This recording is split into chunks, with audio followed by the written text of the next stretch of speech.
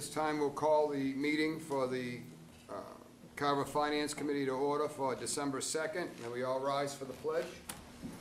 I pledge allegiance to the flag of the United States of America and to the republic for which it stands, one nation, under God, indivisible, with liberty and justice for all. Seated. I want to thank Area 58 for recording this tonight. As always, they do a great job. Any public comment? Seeing none. First item will, yes ma'am. Question. Sure. Will we be able to speak to items on the agenda? I was going to save it for public comment. I can move that to the end, But not during, not during. okay, thank you. Only because there's so many of us now. But at the very end, if you'd like to say something, Ellen, you know that I'll give you the floor. Thank you. Let's take up the transfer request for the veterans budget. Let me give you a little background on this, if I may.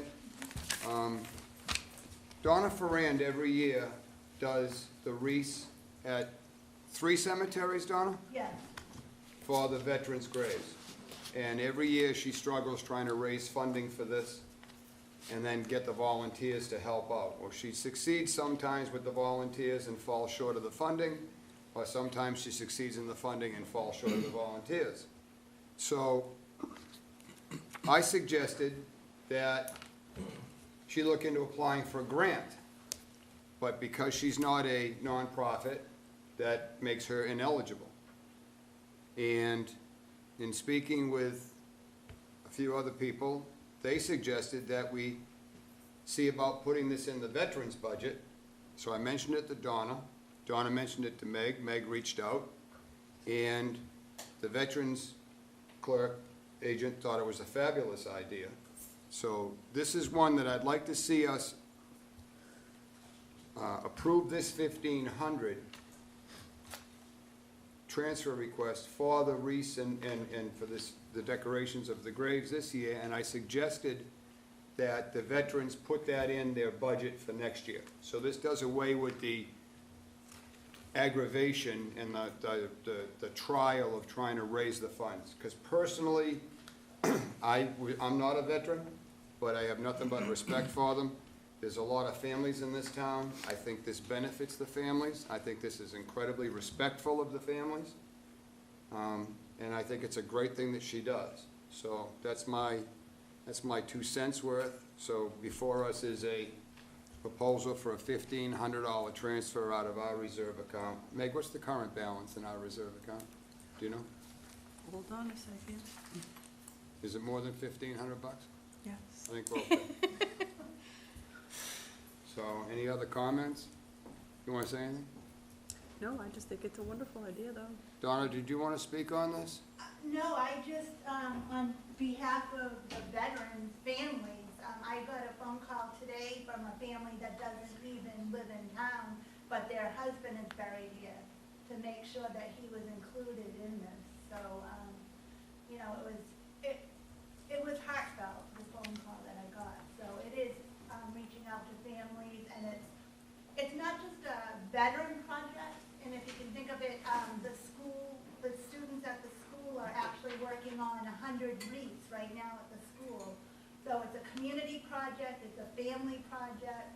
We have the sports teams that are gonna come out, the Boy Scouts, the Girl Scouts, to help lay the wreath. So it's a community project. That's fabulous. So, And I assume also that there'll still be fundraising, and this is kind of like a slush account, so if she falls short, she knows she can tap into this. If the funds that are raised go over, and she doesn't need to touch it, then I assume, you know, it becomes a turn back, and it goes in the next year's budget. So this just eliminates the, oh my God, what do I do? It's 2 weeks away from our plan, and we're still short $750 or something like that. like, I'll just tell you up front, tomorrow I'm expecting an order of 150 wreaths, and I'm gonna be short the money for that. I was gonna take it out of my own pocket to pay for it. As well you should. I'd like to make a motion to approve transfer from the reserve fund, $1,500 to the veterans budget. for wreaths.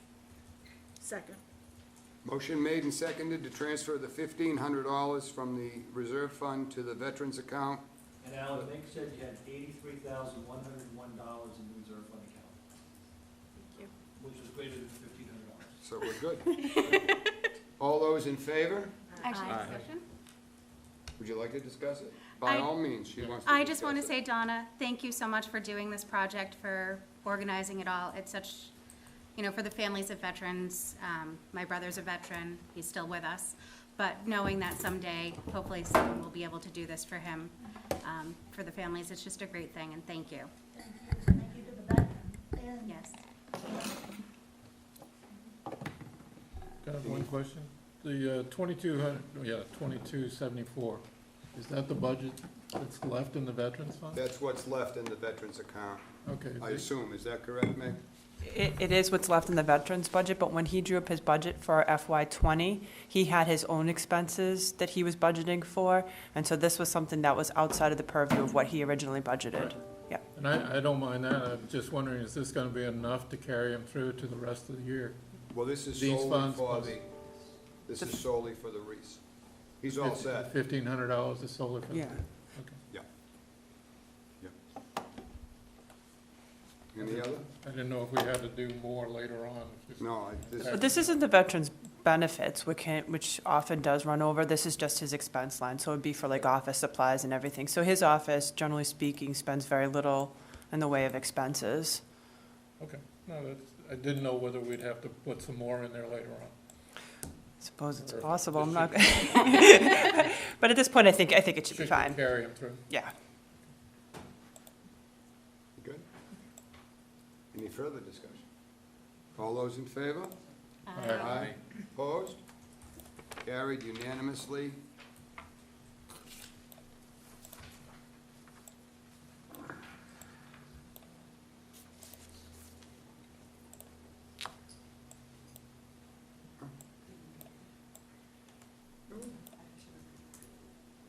Yeah, you should. Anything else? Social Security number?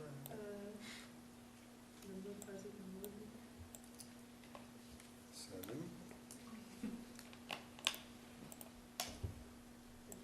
Really? Now you're done. Is that it, Mom? That's Thank you. Wow. No wonder you're so well behaved, Michael. Just keep her happy. Everybody's gonna keep the finance That's director it. happy. See, they think I run the town, but it's really the finance director. Is that true, Craig? Better say that. She's making me say yes. That was a no-choice answer was what that was. Town administrator update, including but not limited to capital budget for the next 10 years, including the forecast and free cash for annual town meeting, presentation on community living, and the finance department restructure plan. Take that in any order you'd like, sir. All right. Well, let's start off with my favorite document. There it comes. Do we know what my favorite document is by now? The financial management policies. It's like the commission. Yep, no, take one and pass them around. Okay, so, again, everything we do in this town starts with the financial management policies. These have been in effect, since, for the last 6 years. And it goes into building every action that we take from, when Meg and I put together our annual budget, to, looking at our forecast for both capital and also for, our operations budget. Just a couple things I want to point out in here before I get into the main budget. Again, if in the middle of the front page, it's the financial objectives of the Board of Selectmen to demonstrate sound fiscal management of Carver taxpayers' resources through earning the highest possible bond rating that includes developing a sustainable townwide budget based upon a 10-year forecast that provides a level of service we can afford within our known projected revenues. Again, I always emphasize it's known projected revenues, that we provide a level service budget that we can do within those, and it's based upon a 10-year forecast. But most importantly, it's sustainable, is we want to make sure that the money is there and it is sustainable to continue to do that. If you flip over to the back side of the document, there was an update on item number 7. This was through a joint meeting with the Board of Selectmen and the school committee, where they slightly changed the percentages between the town and the school. And with that, did you not have a back page? He did He's not. got no back page. There's an extra back page too, nothing on You're the, Mary Ann's the one that's causing the trouble I've here. got one, I've got it from Oh, the you're gonna find it up back? No, George did it. You know, I've been talking to Elaine about this copper, it's my favorite copper, and now I see why. All right. So, item number 7, so that was changed with the joint meeting.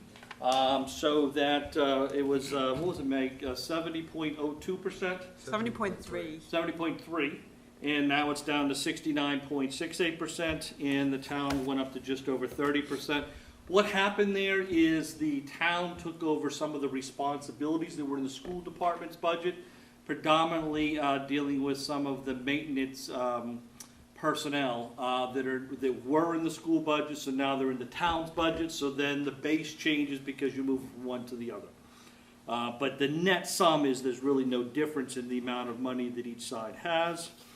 I do want to bring your attention to item number 4. Item number 4 is our general stabilization fund. When Meg and I began this process, we had a couple $100,000, if that, in there. Now we're up to just about 7% of the total operating budget, a little over $3 million. Again, the goal is 7.5, we're just about 7. That's phenomenal to be able to do that in 6 short years when you had nothing that was there. So that is in item number 4. Item number 5 is our capital and debt stabilization. That also was the big goose egg. There was, I think, $200,000 that was put into that fund, but it was not a reoccurring number. We have since changed that, and today we're a little over 8.2% compared to the 10%. And that 8.2 is based upon all revenue coming into the town, which is a little over $43 million. Now, of that 8.2% that we're at right now, again, our goal is to get to 10, so we were at 0, and we're moving up there. About 5% of that number is put aside in some of into what we consider long-term debt. So again, out of our capital, not only pays for the cash projects, but it also pays for the debt projects. So again, from a financial standpoint, I think we're meeting all of and exceeding all of the expectations on our financial management policies. So that is a good thing. From there, I want to go to, any questions on financial policies? I think F is also, we've talked about that, and it's finally in print now, so. Which one's that? That's the tax agreements on personal property, solar farms. Yes, that was changed also, Yep. so that those, because they're considered one-time revenue, even though, because they have a sunset clause on them, that they now are put into a process where they do close down. So this is the final? So yes, that's the final. So when the selectmen updated, we keep an update on it. The last update was 9/29 is to when that one occurred. So I'm gonna post this, all right? Yep. And I'll email it to you electronically so you can Yeah. post it easier. Send it to me and I'll stick it up on the Yep. website. So, that whole financial policy leads into the document that's on the screen. I hope everybody can read every one of those numbers. If you can read those on that screen, you're a better person than I, which is why you have an actual handout that you have in front of us. Just to bring everyone up to speed as to how this document is set up. The top third of the document is the total revenue coming in. We focus on the green, that's the FY21 year, and then we have it projected out for the next 10 years. So you see up on the top green, we've got $43.7 million of revenue projected for next year. The middle 2/3 of the document are more or less fixed expenses. And we'll go over those in a little bit more detail.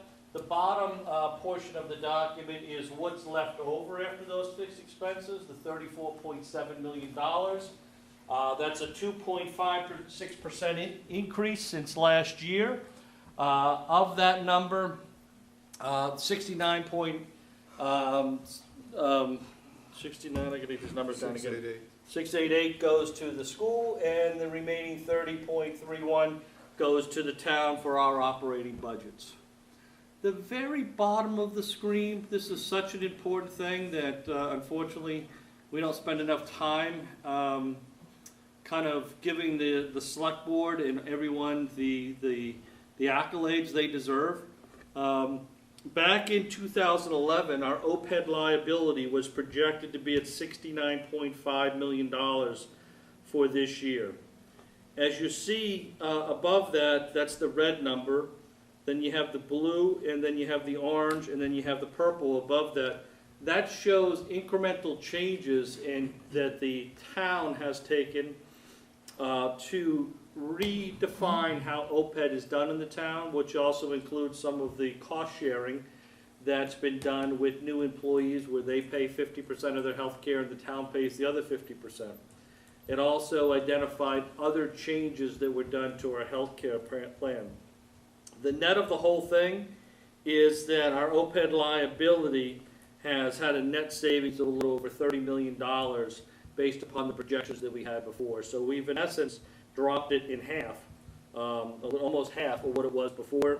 And, you know, what will happen if we weren't addressing this, then more and more of our operation revenue would have gone into funding our OPEB liability, which would have taken that money out of the schools and out of the town's operating budget if we as a town didn't make these tough decisions, what we have done. So again, sometimes if it's not written down, people don't believe it's happened. It's written down, and hopefully, you know, you can thank a selectman next time you see it for taking the hard decisions. The next item on the screen is kind of some of the assumptions that go into building the budget. And then on the bottom right is what our free cash is and what we're projecting to do for some of the free cash. So I'm going to have Meg kind of just quickly skim over the first 15 items that are there. Just put her on the spot. What? Assumptions in our budget. Oh, the assumptions in our budget. I cannot read that. I will try my best. All right, so okay, so on the revenue forecast, where we start off on FY21, we did update the numbers to include the new growth from FY20, because we don't get that number till the tax rate is certified, which is it's a little bit better, which is in November. So we did capture that new growth number, and it was higher this fiscal year because we were able to pick up the new growth on a couple of solar projects that had previously had not been pulled into the tax levy. And then for the new growth, our assumption was that we took, I think it was 90% of the average of the last 3 years. So what we're trying to do is we're looking at trends over the last few years for new growth. And we took the last 3 years, took 90% of that, and then subtracted what we're looking at for the solar new growth, because we don't want that built into our budgets, because again, it's going to disappear in 20 years, so we don't want to build budgets based on revenue that disappears in the future. And just on that too, is when we put together the budget, is the recommended allocation from Department of Revenue is that we close out free cash with 3 to 5%. So we don't budget every last dollar because it's a forecast. And if we budgeted every dollar we think is going to come in and it doesn't come in, then we have to lay off or reduce services halfway through the year or in the last quarter of the year. And then you have to do 4 times as much if it's in the last quarter, because you only get 3 months to make it up. So that's why, as Meg just mentioned, the new growth is we take a look at doing a 3-year rolling average and use 90% of that money, because every year is going to be different. And we try to use trends like that to try to be conservative in what we put forward. And then for the state aid, point number 4, we level funded from FY '20, this current fiscal year, and for all future years. And I think that that's a pretty good approach because the numbers have been very high in the charter school side. They still appear to be using older numbers, but I think Brad has said that those numbers will come down. But to be safe, using the numbers we have is a pretty good assumption. And then we did have to reduce local receipts because there is going to be a change in how trash is disposed of in the town of Carver. So the money that we were getting from the haulers throughout town and from privilege stickers, that's basically going to go away. So we did have to reduce local receipts a bit for that. Meals tax, we're kind of just building it across the whole revenue forecast. We're building in 2% growth, which appears to be pretty solid. Our numbers were pretty spot on for last year. The overlay, we have a consistent 250. We did sort of kick around the idea of increasing that because we do have the new Senior Tax Relief Act, but we don't know how much that's going to be at this particular point, and we do have significant amounts in the overlay reserve. So at this particular point, it didn't seem wise to increase that significantly until we know what we're really dealing with. Then I think point number 8 says to see that how the solar was calculated. Yeah, Okay, so that it's just a, we'll come back to that. yeah, okay. Also on the revenue forecast, what we do is we have a transfer to the North Carver Water District for their new growth.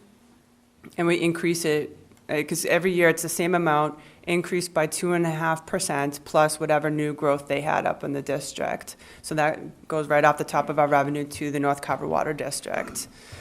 Compensated absences, we're transferring a level funding amount to that account. That isn't something that necessarily grows like OPEB. It's money that we're setting aside in the case that someone retires. It's as people leave, that fund is there so that it doesn't decimate a budget. We had in our, excuse me, in our audit report, I think it was $870,000 liability, and the auditors wanted us to build up a fund to cover that based upon union contracts, et cetera. When someone retires, they get some sick time back and things like that. So we incrementally try to stick some free cash or put a small amount into our budget to slowly build that up. I mean, that compensated absences calculation is as of the last day of the fiscal year, assuming everyone were to leave all at once, which is not a likely scenario, but still you have to put away some money because when someone does leave, it can be a significant amount of money. Particularly police. When police leave, they can have a payout of more than 50 grand. Mm-hmm, yeah. So OPEB, we are. You know what, I don't want to leave on that note because that seems like a lot of money. But what happens is with public safety, particularly in small towns, when you have to have, in essence, a safe manning level that you have people covering it. So when you have a dispatcher or a fireman, or a policeman in this town call in sick, you're usually bringing somebody in to replace them at time and a half. So what you do is you incentivize them in their contracts so that they can get a bonus at the end of their career if they didn't take the sick time. And because otherwise you'd be paying time and a half for it. So that's why those payments get added up over time. And then the amount that we're transferring, again, the revenue forecast, the way it's laid out is we have the revenue sources at the top and then shared expenses in the middle portion of it. So that would be like the compensated absences, the transfer to the North Carver Water District. The third one is the OPEB Trust Fund. The numbers, again, as Michael said, are at the bottom of what we need to set aside to have that fully funded. And what we're able to do right now is every year we have a plan to take the amount that we've transferred the previous year and add $50,000. It's incrementally getting to that place where we're putting more and more money aside to try to put a dent into that liability. And then the town meeting articles, also in a shared expense, is a $25,000 for the Finance Committee's grant program. So that's The 25,000 is what we had always had set aside for citizens petition articles, and we're now setting aside for the FinCom grant program. The reserve fund, again, a shared expense, we're level funding that, because most years we do have money left over in that account at the end of the year, so it seems safe with the number that we've got.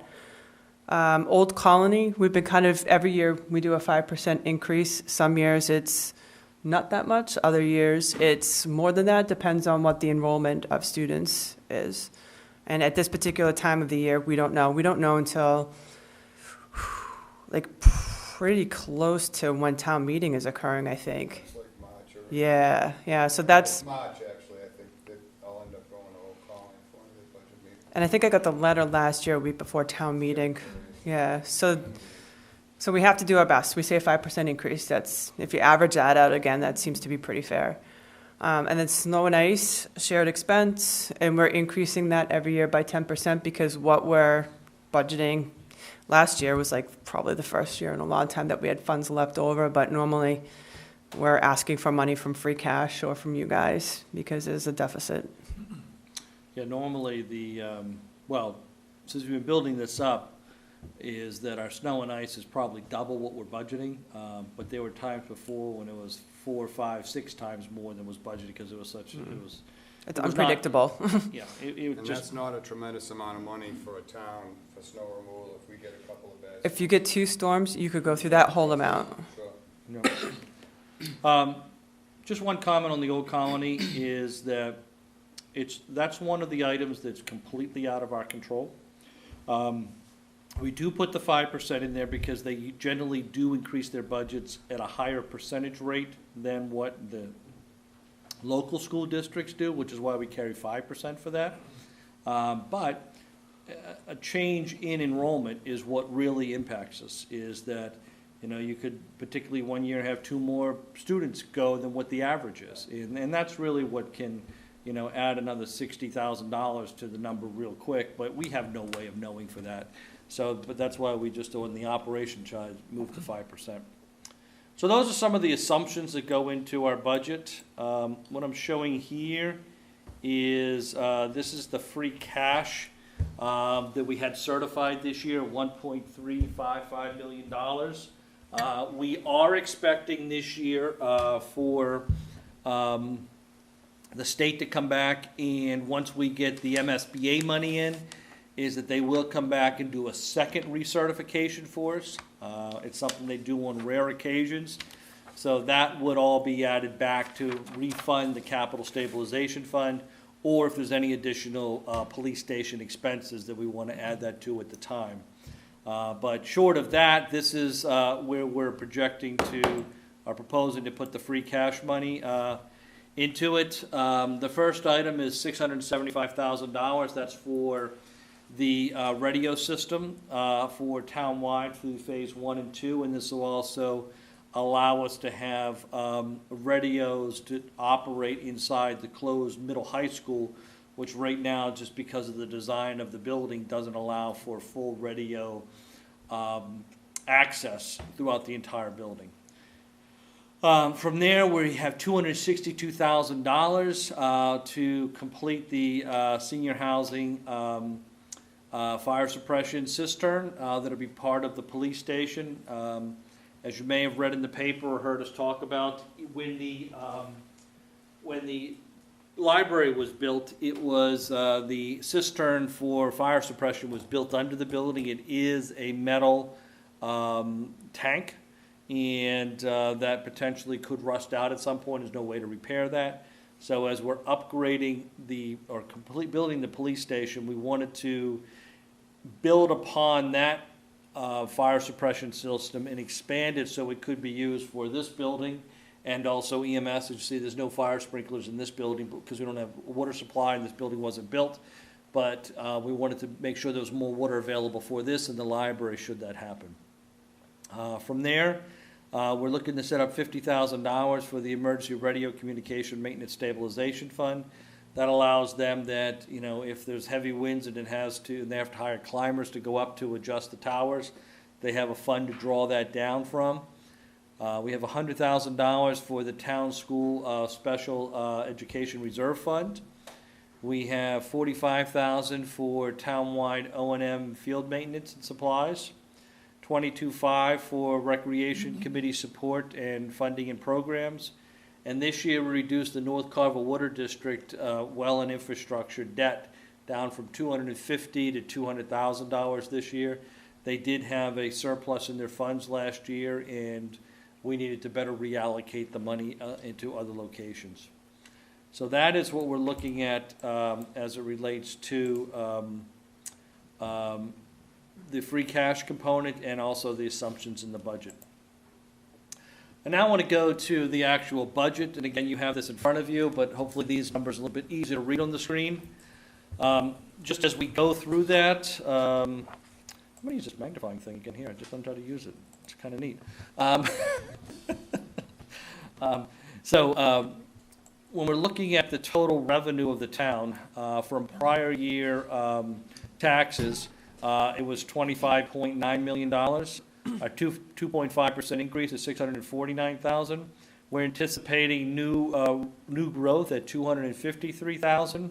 And with the solar projects, even though we have lined up right now about $1 million in solar projects, it depends upon when they come online. So of that million, we're expecting about $529,000 to come online in FY21. So that brings us down to a total of $27.49 million, and that's from the tax levy. In addition to that, there's also $1 million that's the surcharge that's added onto the tax levy for the elementary school, because that was excluded debt. So 27.4 is what we raised through normal taxes, plus an additional $1 million that comes out of the debt exclusion. And with that, you see in there minus $100,000, which was an old solar project that actually Alan Dunham was here. He recommended that that solar project be put towards the elementary schools. So that reduced our debt down from $1.19 million to $1.09 million at that time frame. From there, we get our state aid and state aid, which is called the cherry sheet. Again, Meg says we keep that level funded. We have our local receipts, which is all of our permits and other types of activities, and we have our meals tax that was approved by the town about 4 years ago. So are you anticipating 2% increase in people going out to eat? Is that what that's based on? Yeah, I mean, Or an increase in the tax? So we've had a couple new restaurants coming in line, and if we look at the last 5 years, we've been seeing that number grow by over 2% per year, so we just budget 2%. Yeah. And that's the 3/4 of 1%? Yes. Yep. Crazy number. And so, I mean, meals go up, prices go up for food, Yeah. so there's always going to be an inflation factor, and whatever the cost of the meal is, that's what the tax comes into. So that 2% is probably a somewhat conservative number, but that's what we put in here for our budget. And that's based, do you have conversations with the restaurants? Based on their forecast? No, we don't. We use what historic Okay. information is that we have. Okay. So when we look at what the tax levy is, again, it's about $28.5 million with these two numbers, plus another 15.2 from other revenue sources. So our total revenue for the town is $43.78 million. Yes, sir. Michael, and maybe Michael and/or Meg, on your state aid cherry sheet figures, does Yep. that include, is that considering the new funding formula that was just approved by the legislature? So yes, we include everything we have in here, but right now, Carver is not getting anything new from that funding formula that's there. That was the follow-on, Yeah. would there be a positive impact? There isn't. Now, what we have been receiving is some additional state aid fund, so that number gets bigger. But then as I get down here to fixed expenses, these offsets get larger. So at the end, let's call it what it is. The state has so much money in its education fund. And pick a number, $1 billion. It's $1 billion. We could change the formula around. It's still going to add up to $1 billion. It just means that 350-some communities, some will get more, some will get less. But it still adds up to $1 billion. And let's rejigger the formula again. And some communities get more, some communities get less. It still adds up to $1 billion. And see, that's part of the problem, is that there's not additional money really going in there to supplement what the increases need to be. And, you know, again, there is some, but it's not enough to satisfy what the actual growth is. It's not enough to satisfy what the true health care costs are. It's not enough to cover transportation and sped, what it's supposed to be, and these are additional offsets that are in there. So, you know, we work through this with Brad and Scott on a regular basis, and, you know, I've got, I don't have it with me, but I've got our net school aid, and pretty much when you look at that for the last 6 years, it's gone down slightly every year. Every year, our net school aid's gone down slightly. Our net aid remains the same, but they're giving a little bit more to the towns. So and that's why we group the money into one pot. Because if we didn't do it in one pot, then one could argue, well, the school should get less and less and less every year because the state's not giving it to them. And that debate just never goes anywhere. It's always painful. So that's why, and my philosophy has always been, is you put it in one pot, everybody gets their 70-30%, it is what it is. If all of a sudden there's what's called a 5C cut, which the governor, because they can't make the state budget, you know, in May, decides he's going to slash, you know, $50 million, well, guess what? You slash $50 million, if it's in one side versus the other, one side wins, one side loses. So that's why, you know, I like to look at it as we're one town, we're one fund, and that's how it is. So let's see, then let's zoom over to this side. So other transfer costs that we have. So here we have our capital and debt stabilization. So what's been added to that is, in the second line here, 1/3 of the pilots, $176,000, is added to the capital and debt stabilization, which puts that 176 back in the operation budget that gets split between the town and the schools. So with taking that, it's how we're able to get a little bit more money into the budget and still maintain our financial responsibility for the project. So our total capital and debt stabilization includes 2.5% growth from last year, plus any unforeseen personal property and other real estate property that comes in after the taxes have been closed out, so we can add that back in there after everything's done. So there you see the 176. You also see two other sections where 1/3 of the pilot, the 176, is put into a middle high school reconstruction fund and to our unfunded liability and pension fund, so we can allocate that money in there, which is actually going to help our pension because it's going to make them give us a detailed analysis of just Carver, not Carver blended with everybody. So the actuarian can just focus on Carver. A couple other numbers you'll see in here, the 133 Meg talked about, which is the total amount of taxes that goes to fund the DIF, the District Improvement Financing Fund, which goes to the North Carver Water District, with the idea that the water was supposed to spur development, and when that development creates new taxes, some of those new taxes should go back to the district to pay for its investment. We have a compensated absentee fund. Again, we're adding $25,000 to it a year. When I have free cash, I add it to that too, but right now we're just doing $25,000. And then our OPED trust fund is adding another $295,000 to that for this year. Additional townwide shared budget articles. We used to carry $75,000 in town meeting articles. We've now reduced that down to $25,000, and the purpose for that is now that you have the numbers that you're giving out for grants, that's what's here.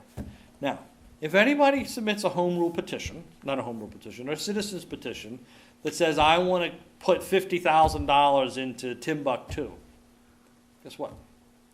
You got to go back and redo the whole budget. Fortunately, no one has done that in the last 5 years, but I have seen silly things like that done at town meetings. And right now, I don't have any inclination that there's going to be any silly citizens petitions, but just be aware that we're now budgeting what the actual number is. If somebody comes up silliness, it has to be cut out of the entire budget, which could mean another town meeting. Reserve fund, we're keeping that at the 125. Again, as Meg said, here's the 5% for the old colony, $1.2 million. Here's where we have the offset for the elementary school that comes out because the debt exclusion. Our snow and ice, our number's 313. You know, I think there's been a few years where we've ran up to close to $700,000, Meg. So, I mean, it's still not there, but it's certainly a 6-digit number, and I think when I took over, it was a 5-digit number. So again, we're trying to move it incrementally to a more realistic number. It is the only budget line item that you can deficit spend, but if you deficit spend, then you're taking money out of free cash next year and using next year's revenue to pay the previous year's expenses, and we don't like to do that. So that's why we're trying to grow that. So we take out those expenses, we're left with the $34.7 million, which is a 2.56% increase in year over year. Last year we were 2.44%, so we're slightly higher this year. And then, so the school budget is going to be $24.237 million. And the town budget is going to be $10,542,000. Because that's what we have available, and that's what we'll build our budget to. And then here are just those OPEB liabilities that I mentioned as to how those have changed over time to show what the actions that have been taken to reduce those numbers down. Any questions? Yes. On the problem that we have with the trash removal. Yes. Is that reflected in here any way, shape, or form? Or do we take money out of this? Well, first of all, I'm going to just say, I don't know we have a trash problem, so I'm going to start there. Over 50% of the town has private hauler services. Many of the cranberry growers and their families use their business garbage dumpsters for their own stuff, so it's greater than 50% when you add that into it. But there are a portion of the town that does use the transfer station. The transfer station is not going to be subsidized in 2021. So next year is the last year it's going to be subsidized. And what is going to happen is that it's highly unlikely that the district will continue because, as I'm told, some people pay for the private services $300 to $400 a year. Looking at some of the numbers that are there, you were going to spend at least $300 just for your operating cost. And then depending upon how many bags you bought, if you went bags, or if you didn't go bags and you had a fee in there, you could be at $400, $500, $600 for carrying your garbage to Rochester to throw in there and take back. So when that happens is people will vote with their pocketbooks and say, I'm not going to do that anymore. And then that means there's less revenue coming in there, which then jacks the prices up more. And before you know it, you're at $600 or $700 trying to subsidize the thing. And I think what's been clear, the Board of Selectmen have made it clear, is that they don't want to have any liability coming back to the town. So at the end of the day, I think what'll happen, and particularly with town meeting last year, is town meeting last year voted they didn't even want us to study and explore getting a town-wide service, a preferred hauler in town. So I guess it's a long way of saying is people are going to have their individual choices to make. If you live in a village, you already have commercial pickup anyway. If you are constantly going to the transfer station, you're going to have to figure out another source, most likely. But that's not a liability of the town because Carver doesn't provide any municipal service. That fee that's being paid is technically from another governmental body made up of the 3 towns, but not associated with the 3 towns. But should that district financially have a problem, then the towns have to pay the bills. So about 3 years ago, it's 3 years ago, Meg? Yeah, I guess about 3 years ago, that's when we realized the district did have a problem, and they were in the red.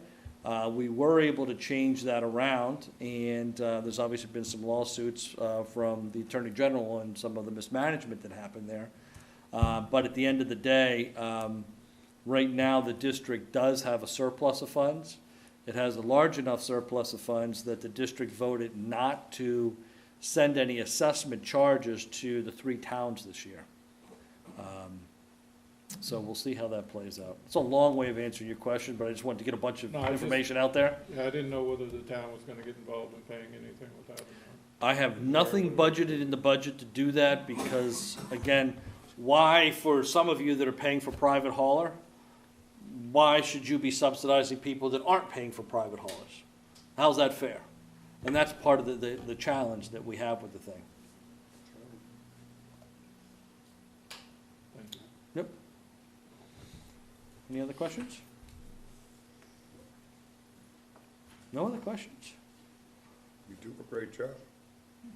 Either that or you're just tired of hearing me talk, so if you don't ask It's questions, I don't worry about it self-explanatory. anymore, right? Okay.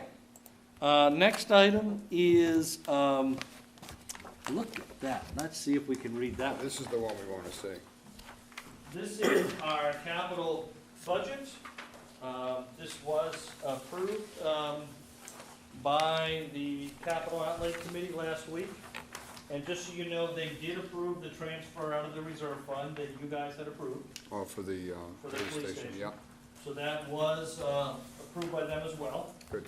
So we are entering into the contract for, I think, $6,960,000 to start the police station project as planned.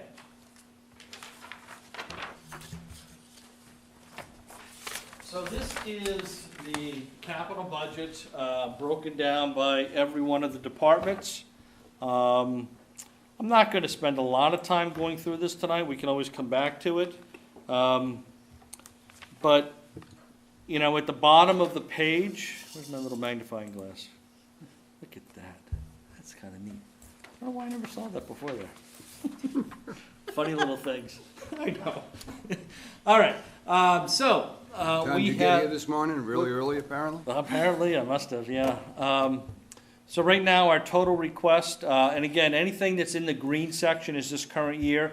If it ends in a K or an M, then the funding's coming from something else. It won't be part of the summation that you have there. That's a little note on the bottom of the page in italics. So the total requests were $1.98 million. We were able to shift some funds around, so we had $2 million to spend on cash projects.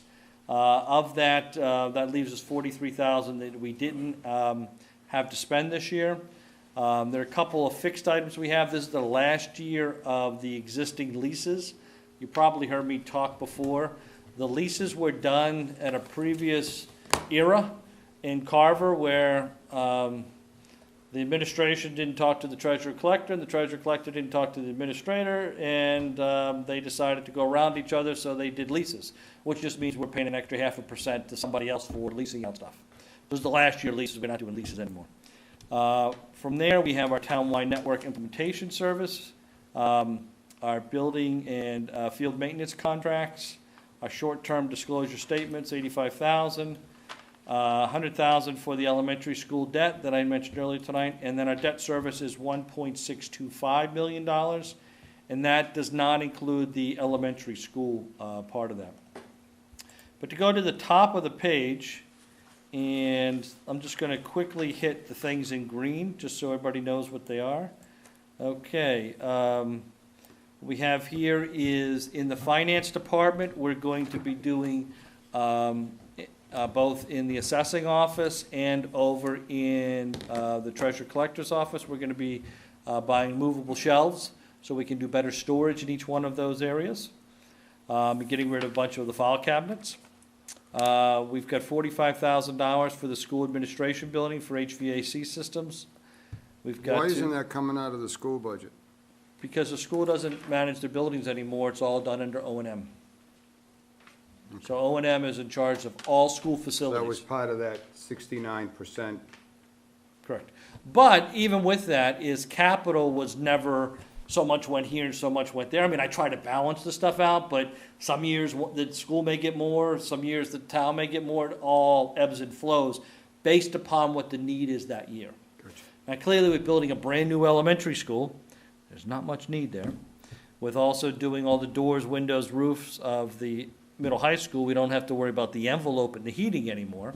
But there are other items that need to be done, such as the synchronized clock system in the school that needs to be upgraded because that's vintage that's 30-plus years ago, and it doesn't work with today's technologies. The clocks are all different times. It's really tough when you're trying to schedule classes to go back and forth and the clocks aren't accurate. So they've had that on there for a few years, and finally it's popped up to the top this year. We've got irrigation for the middle high school. We've got a new catch basin truck and plow, and energy efficient reductions with doing some of the new Mass Greens Act that will be able to, Green Communities Act, that will be able to get some additional grants for, but sometimes you gotta put some money up front to draw that down. But that's all stuff that I anticipate we'll have a return on investment in less than 7 years for any dollar we put in energy. Like, you've been in this room when we flip these lights off, and it takes, God long, 8 minutes for them to warm up in here. I If mean, you're lucky. these are energy hogs that are in If here. you're We've got to lucky. get them replaced. These are awful. Yep. Just moving down the page, North Carver Water District, the 200,000. This year for the town clerk, we have $30,000 to replace the 4 tabulation equipment that we have, so that we can hopefully not have the Russian hackers come in here. And now, why they would want to come into Carver, I don't know, but our system actually uses the old Microsoft, I forget what it is, 2000 or something, which does no longer support it, so we have to upgrade those. We've got mobile defibrillators for the fire department to put on their equipment, as well as a thermal camera and some additional lockers. And engine number 4, we want to redo the frame of that engine. Moving over to the bottom half of the page, we've got a few more items. We've got the $15,000 we normally put in there for new equipment for new hire, so we can get them with the right size bulletproof vest or the right size gear that they need. We've got $490,000 for the police station furniture, fixtures and equipment, security, phone, data, AV, equipment and dispatch. This is basically the fit out of the building. As you all may recall, as I said last meeting, is the town authorized $6 million to be borrowed. Anything else that was going to be necessary for the building would have to come out of free cash or other one-time funds, which is capital, and that's where the furniture and fixture and equipment comes out of. So that's $490,000 there. We've got $99,000 for 2 cruisers. We've got, again, I mentioned the $675,000 is coming out of the free cash for the radio system. We've got $317,000 for townwide technology and infrastructure, $130,000 for district-wide curriculum upgrades to meet modern education standards. We've got a 71 passenger buses, 1 minibus, redoing the whole culinary classroom program at $100,000, and then doing an architectural study on the library. As libraries change and as technology changes, the school administration wants to reconfigure the whole middle school library into different types of work groups versus just books of stacks, racks of books. But they have to start off with an architectural study to figure out what that's going to be, and then upgrade that once they have that done. So that, folks, is what our capital budget looks like so far. And again, that, when I say so far, that was approved by the Capital Outlay Committee. So that is our capital budget that we have for next year. Any questions on capital? What are they doing, the HVAC in the library? You doing it The HVC and what? in the library? So the HVC, we have that in here in an outer year. That's up here on, Is that library mechanical replacement? yes. Fiscal year 22 and 23. Yep, there we go. $500,000 each year. What are So, you doing about air conditioning for this coming year? Because the library, half of that system doesn't work, right? no, that's not true. We did have a part of the system go down last year, and that was temporarily repaired. To do a full-blown upgrade with the existing equipment would require ripping off a portion of the library roof. In the last 6 months or thereabouts, Dave Siegenthoff has been working with engineers, and also with our Green Communities Act fund. And what we're going to be looking to do with the building is reconfiguring the whole heating and cooling system. Now, when I say that is that we're going to be looking to put in a bunch of split units over time. But with a public building, you still have to have certain air circulation, air exchange. So there's still going to have to be some large ventilation system in there to exchange the air, but not necessarily to heat it and cool it the way that it was before. Right, just an air handle. An air handle. So that's part of the changes that he's looking at, and then we're going to be looking, because that'll be an energy efficient upgrade, it's figuring out how much grant money we can get for that. Good. But Dave does assure me that with duct tape and bubble gum, he will keep that system up and running until we can, in the next year or two, replace it appropriately. But not by ripping off the roof and putting in an antiquated system with new parts. We want to get rid of the antiquated system and just rebuild it as a new, modern HVAC system. God bless the designers. You gotta tear the building down to get at the tank underneath it, and you gotta take the roof off it to replace the heating system. What a great idea. Somewhere in the process, they saved a couple dollars. That short dollar always becomes the long one. Well, that's why in any of the new buildings that we do is durability is the most important thing, tied in with overall operation maintenance. And in all of our equipment that we're installing is designed so that it can, that it's similar equipment in other buildings too, so our parts supply is a lot easier to maintain, plus the knowledge of our employees and the training they have. Any questions on capital? Looks good. All right. Moving on. I'm going to pass out now is our organizational chart that you find in Appendix A every year of the warrant. This is what the new proposed organizational chart will look like. I have 2 more slides that I'll go through to go through some detail of that. But it's basically looking at the town and figuring out how can we operate better and more effective than we have in the past. And by making structural changes, how can we be more efficient in that operation? So what I want to do first here is just kind of, as you're looking at the chart, on the top of the page, you'll see from left to right, you'll see the school committee, the board of selectmen, and the town clerk. Those are 3 elected bodies that have their own responsibility in town. From there, obviously under the school committee, the superintendent runs that, and that's about as much detail as I got into, because that's about as much authority as we have, which is none.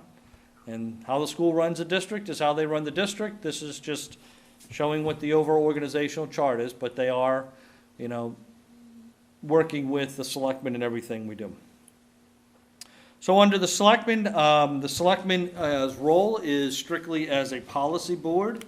When one reads the charter, bylaws, their roles are to really act as a board of directors and not be involved in any of the day-to-day activities, and to make recommendations to town meeting based upon what the warrant is, and also to close out any union contracts.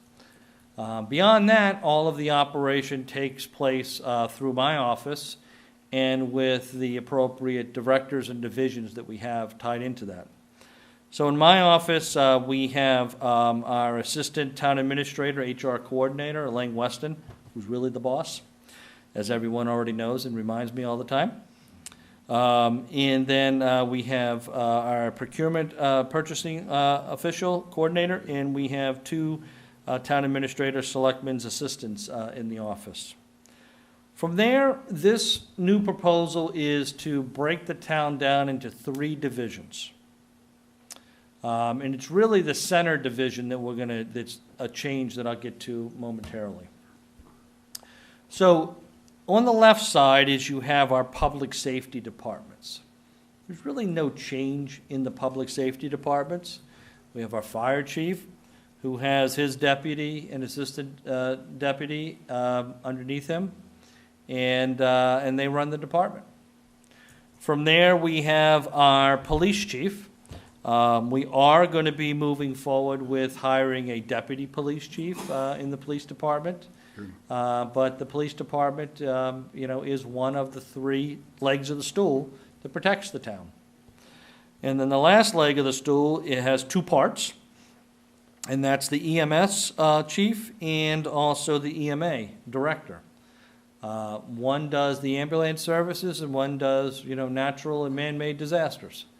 But together, that is the third leg of the stool dealing with our public safety component. We're not really presenting any changes to that department, those departments this year.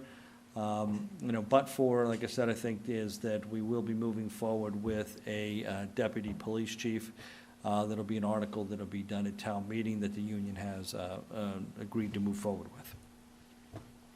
On the far right side of the page is that we have our town and school shared services, which is the director of operation and maintenance. And this is the consolidation of our DPW and our school and town facilities departments. So that's all run out of that. If you looked at a similar chart with the high school, with the school department, you would see them having something similar for IT. So where all the O&M is housed within the town side, for both the town and the school, the technology is housed within the school for both the town and the school. So Scott has more of an oversight of that, and I have more of an oversight on the O&M townwide. Again, really no significant changes presented into that. From there, we have our center branch, which is the general government. In the general government, we have broken that down into three sections. One is the finance department. We are going to be showing some strategic modifications to that tonight so we can better provide services. This board has discussed those in the past with Steve Pratt and understanding what some of our consultants have said with many of the issues that have happened with some of the staff issues in the assessing office over the last 10, 15 years. So we'll address that momentarily. And then also this other department, which is called the Community Living Department. Now, the Community Living Department is really an enhanced service of several of our social service, cultural type departments within the town that really needed to blend together because they were all short-staffed and some were doing little bits and pieces, and each group was doing little bits and pieces. But because they're short-staffed, there was never good coordination amongst the different departments. So now by making it one department, we think we're going to get enhanced services from that change. And from the planning department, no major changes in that at all. So let me go to the first one, which I have up on the board here, is the creation of a community living department. And again, I want to emphasize, this is not eliminating any positions. This is not eliminating any services. So if anybody says that, they really haven't asked, and nor do they understand what's going on.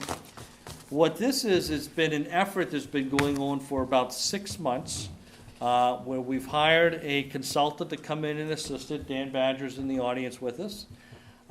We've also been having focused meetings with the different department heads of the different groups, as well as other strategic meetings and interaction with the chair or chair people of the library trustees, the council on aging, and the recreation committee. So we've really been trying to identify what staff thinks needs to be done to enhance issues, and then bring that back and meet with the chair people of the different boards. What we've also added into that mix is the chairperson that did the 55 and older survey around town, because that really became the blueprint for looking at a lot of these things, because now we finally know really what people want in town based upon what they stated in their surveys versus a few loud people that can say, well, this is what the town wants and I know it. Well, okay, that's great. I'm glad you know it. But we're focused on what everyone's saying they need, and that's what the survey allowed us to do. So, again, I'm going to go through each one of these sections briefly, but this is designed to provide enhanced services. So at the top, you see that we have the library trustees, the council on aging, and the recreation committee. Oh, wait a minute. I have this little neat little thing. I just filled this out too. Look at this, a little laser pointer. All right, so up there we have the library trustees, council on aging, and recreation committee. Again, because everything that staff does ties back into a policy board. And this town, instead of having the selectmen be the library trustees, and the selectmen be the council on aging, and the selectmen be in the recreation committee, has 3 distinct appointed and or elected bodies that are focused on each one of those 3 disciplines, and that's who was in charge of those policy pieces. And that's why we've had the discussions with those groups. So from here, we currently have a director of the library and the COA. It's the same person who is the library and the COA director. We are not changing that at this point, except that we're just adding some additional responsibilities to that position and providing an additional support staff for that office as well. When you see boxes that are highlighted black on here, this is kind of a change. If it's not highlighted black, it's pretty much status quo. Could be a minor title change, but there's really no fundamental change to it. So here, this is going to be a new hire. This is going to be an assistant director of this community living department. And I guess I should have said the community living department consists of the library, the veterans services, the COA, and the recreation. Those are in essence the 4 groups that make up this community living department. And what we're trying to also be cognizant of is that this shouldn't be age dependent. That if you're at this age, you can only be in this little bucket, and then you have to go to that bucket and that bucket. We want to have all the buckets work together. And then again, that's come out of the senior survey.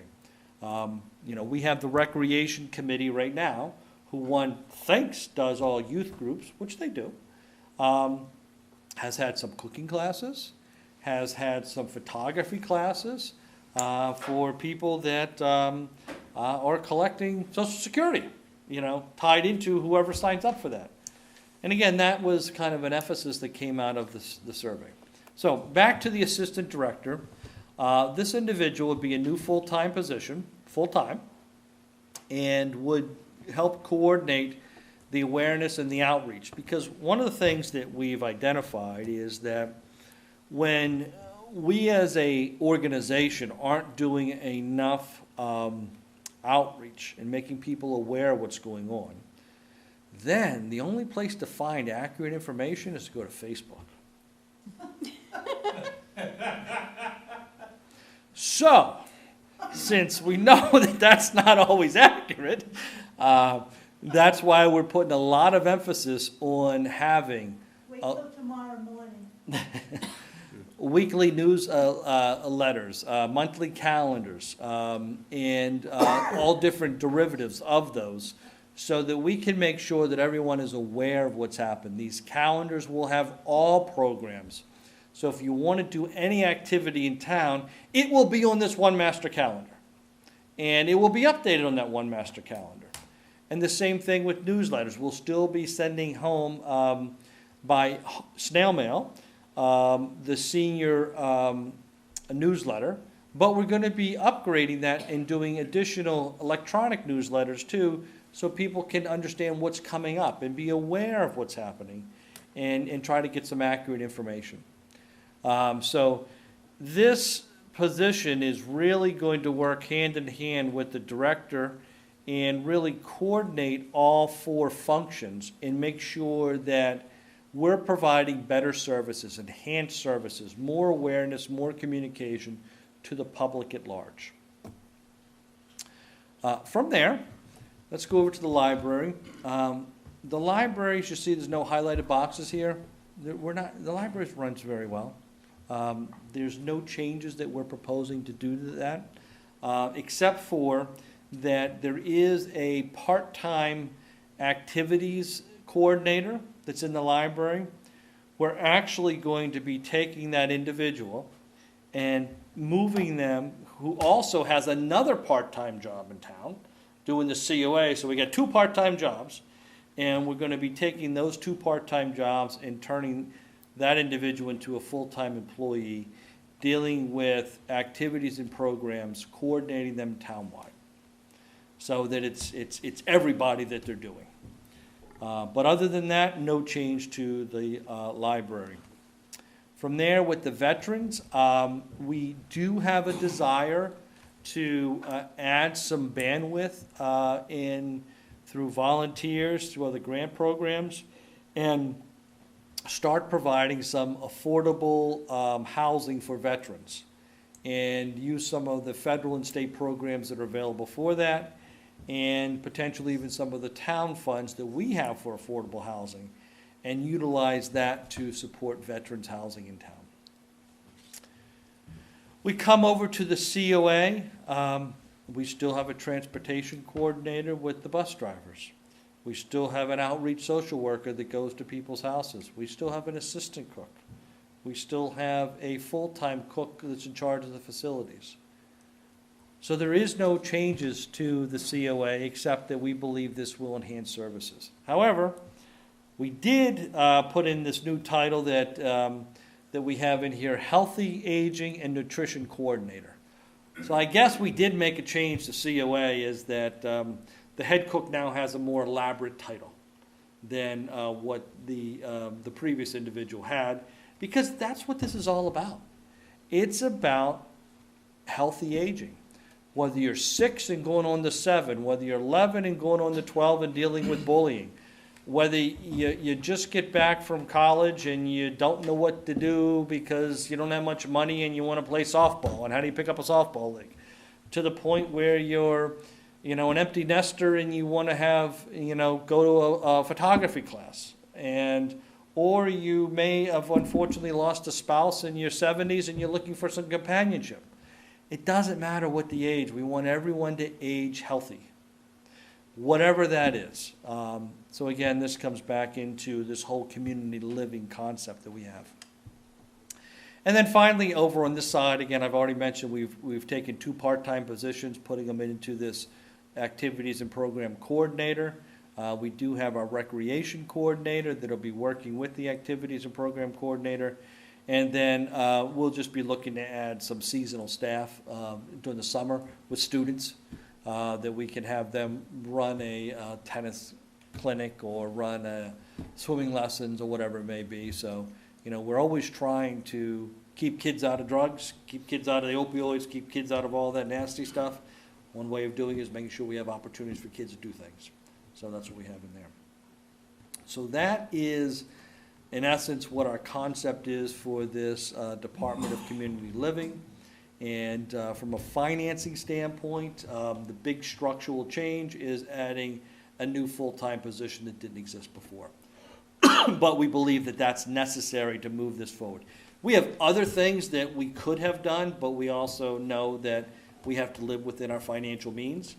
And this is all that we're going to be able to build into the budget this year.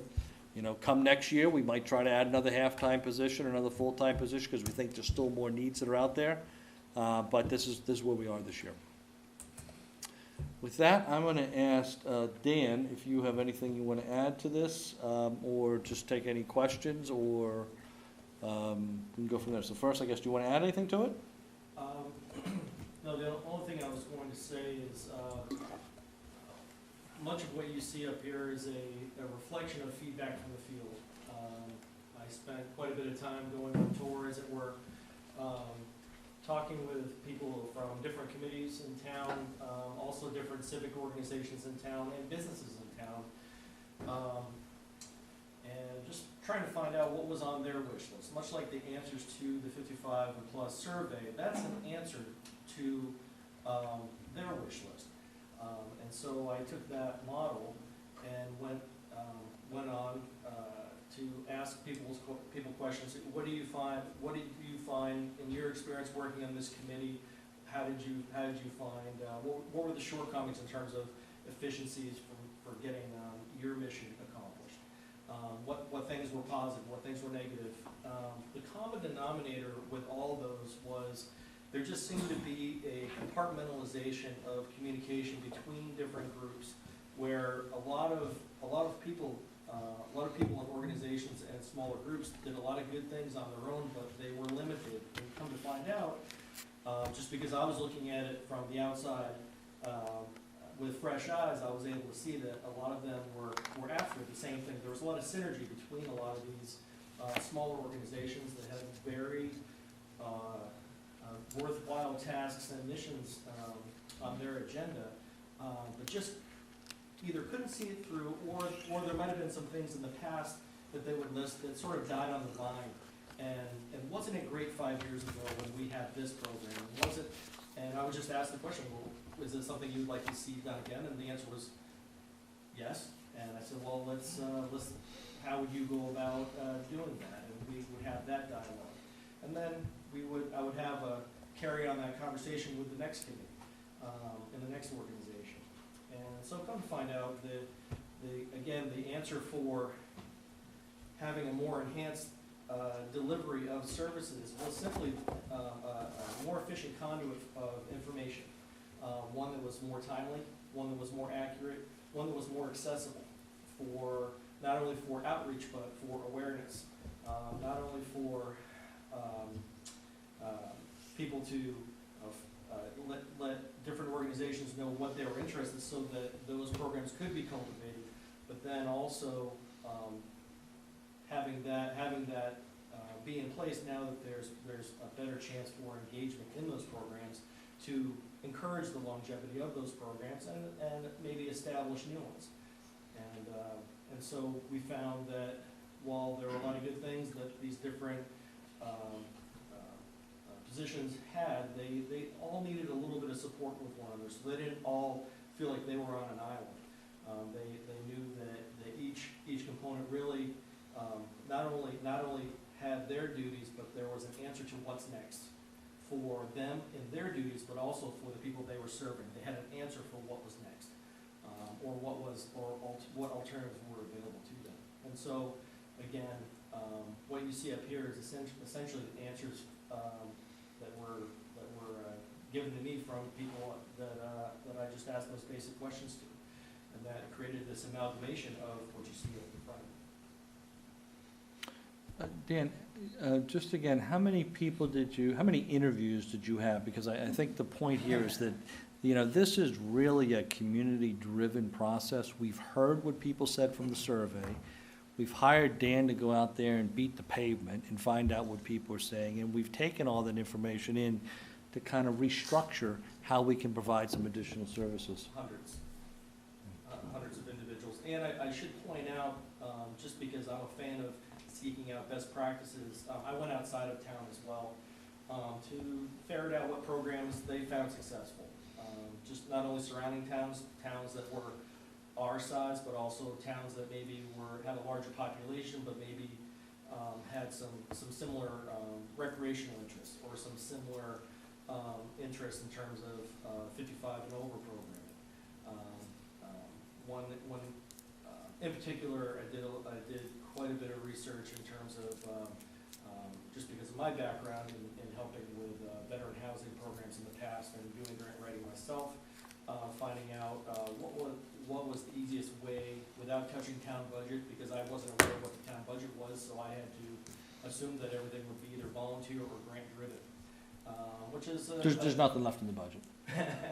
Right, Meg? There's never anything in the budget. No. Which was a good problem because it encourages creativity and enabled me to go back into my quiver, as it were, to look at resources that I knew that are available both statewide and federally, and that we can tap into. We just have to decide yes or no as a town. And those are programs that I'm personally passionate about, and I know that there's a need in town.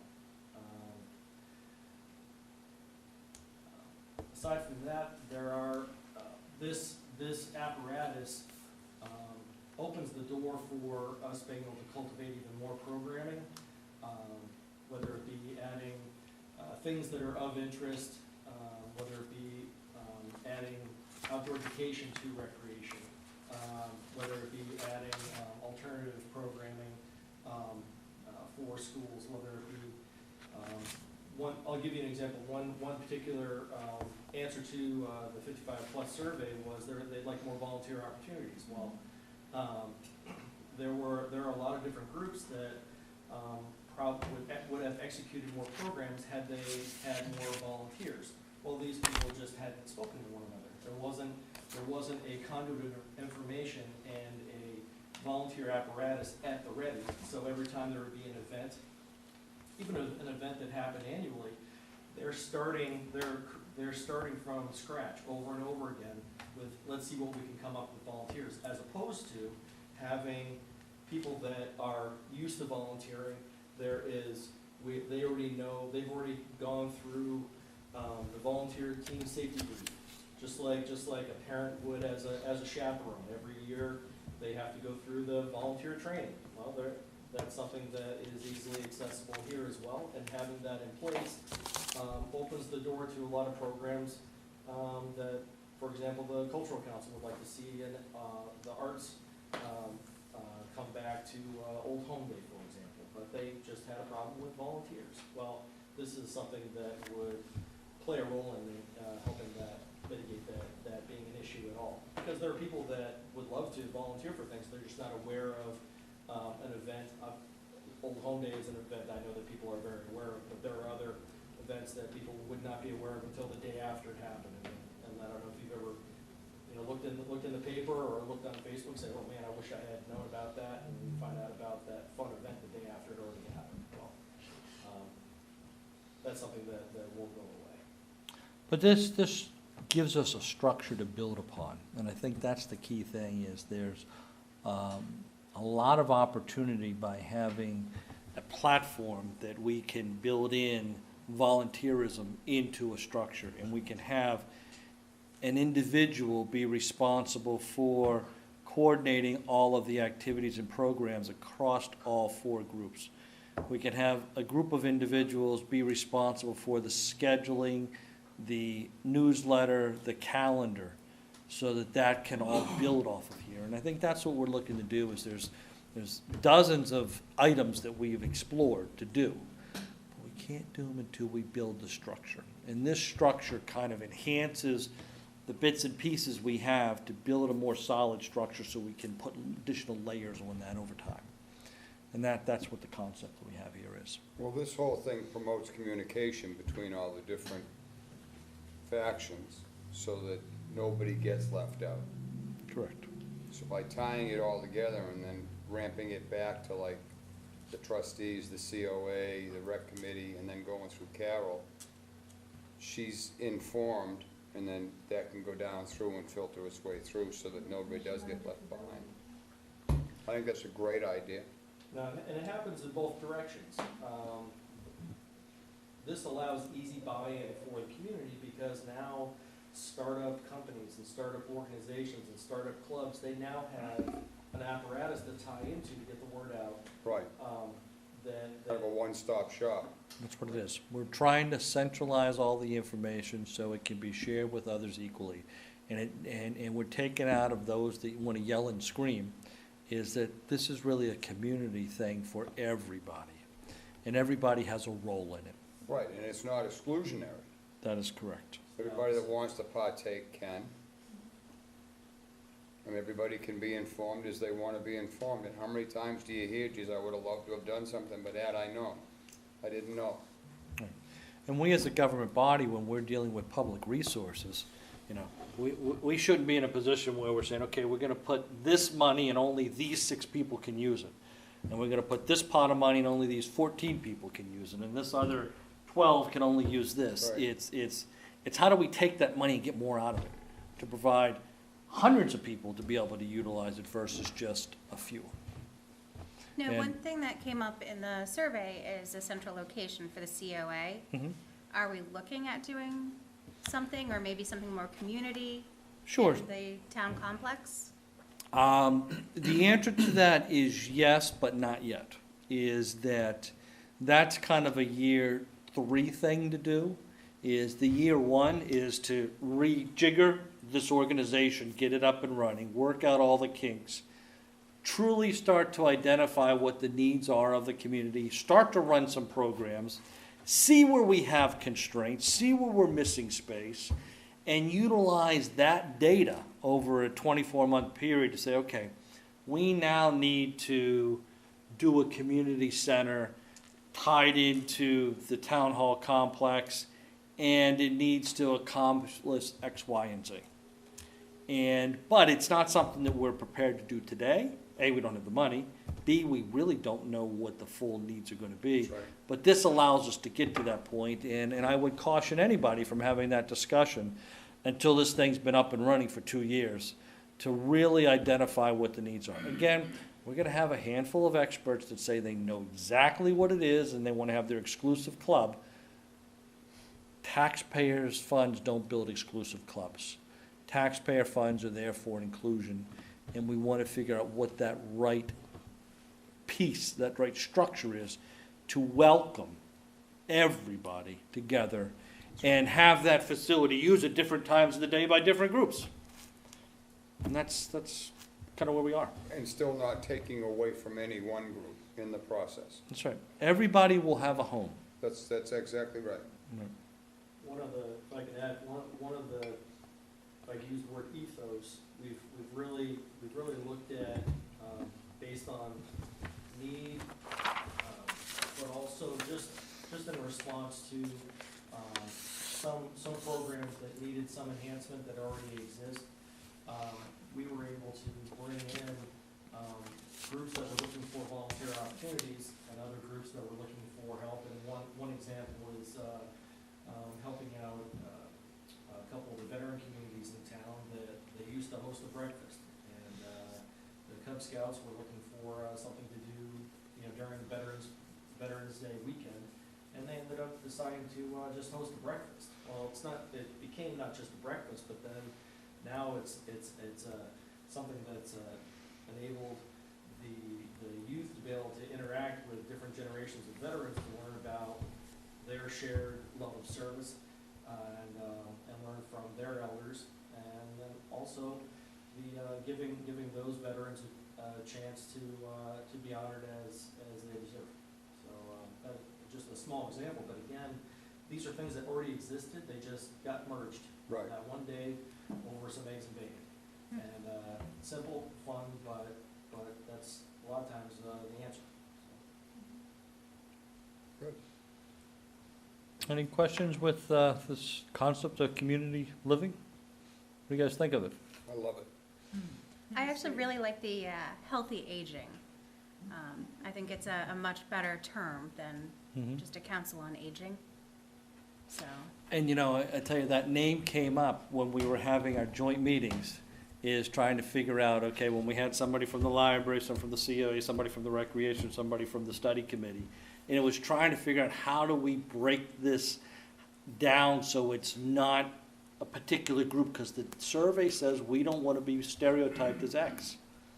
So your aging is, you want everybody to be healthy at all ages. I mean, you got obesity issues in town with little kids, and you've got to try to address those. You've got, mental, substance issues you've got to deal with. You've got people that have challenges with, physical issues and being a companion. So we wanted to just say, we want everybody to be age healthy at all ages. So that went into that. It was good. I was gonna say, this also allows an opportunity for other parts of town government to be able to participate. We were talking about anti-bullying programming. This activities position allows for a more regulated outlay of educational programming that the police and fire department have provided in the past, but rather having one-off programming, really having something that can be developed in concert with that volunteer apparatus. You actually have trained volunteers, whether it be in the area of having a suicide prevention team as some veteran groups have, it's called a SAVE team.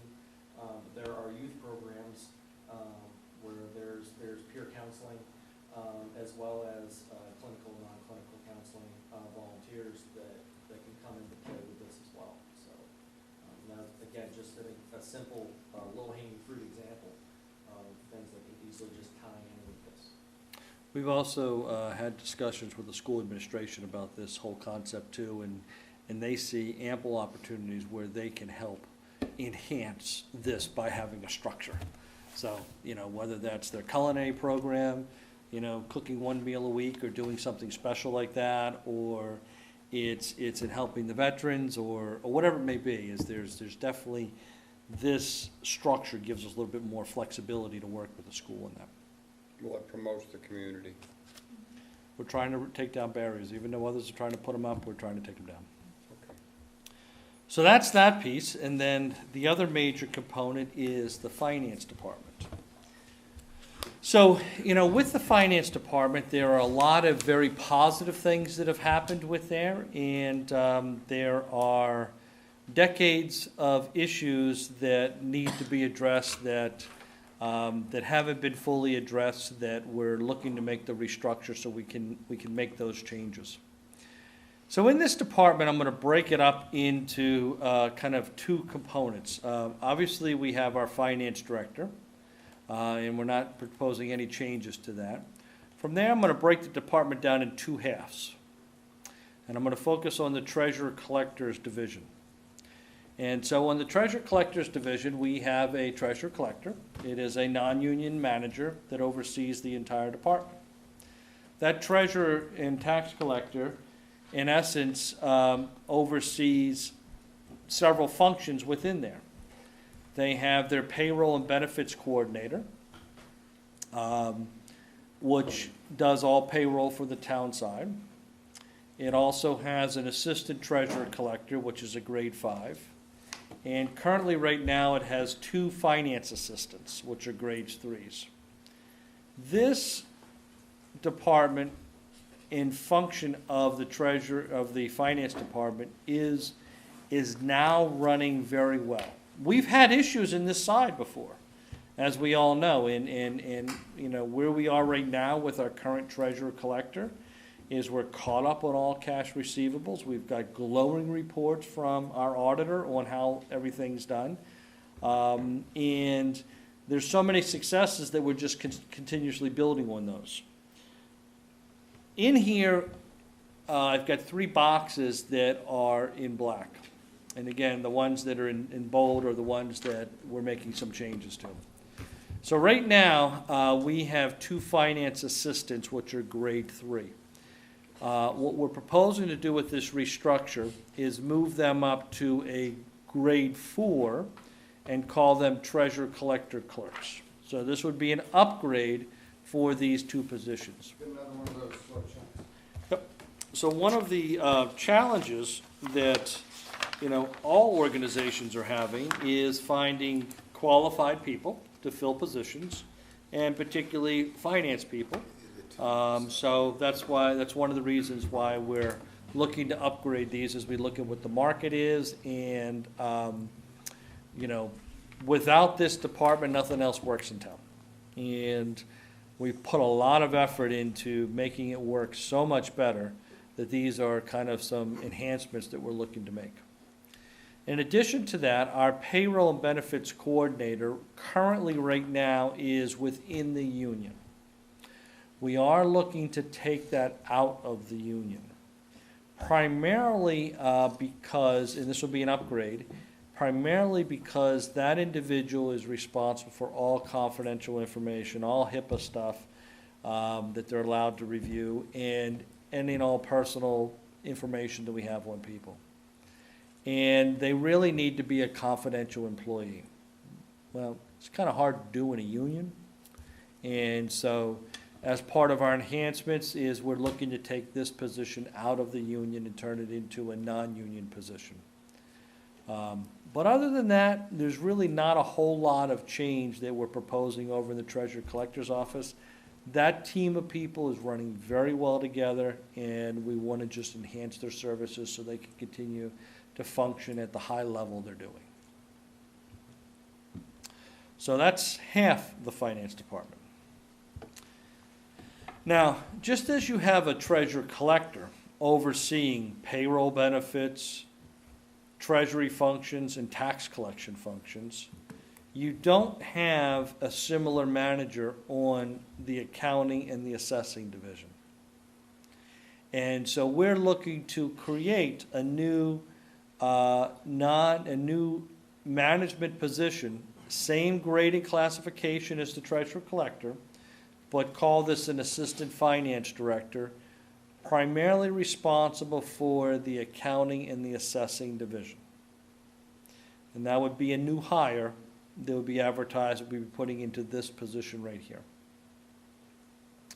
Underneath that individual is, just like the treasurer collector has payroll benefits, treasury, and tax collection, this individual would have the accounting division and the assessing division. In the accounting division, we are looking to eliminate, in order to fund this and make the changes that are necessary, we are looking to eliminate 2 positions, one in accounting, one in assessing. But we are looking, our FTE will maintain the same. We're just looking to take 2 grade 5 positions, one in accounting, one in assessing, move half of their job up to a management position and half of their job down to a clerk's position. And when we take those things, we're still going to have the same full-time equivalent in the entire department. So let me focus on the accounting division. So as I said, we're going to eliminate a grade 5 position and move half of that job up to a management role. And then we're creating a second accounting clerk.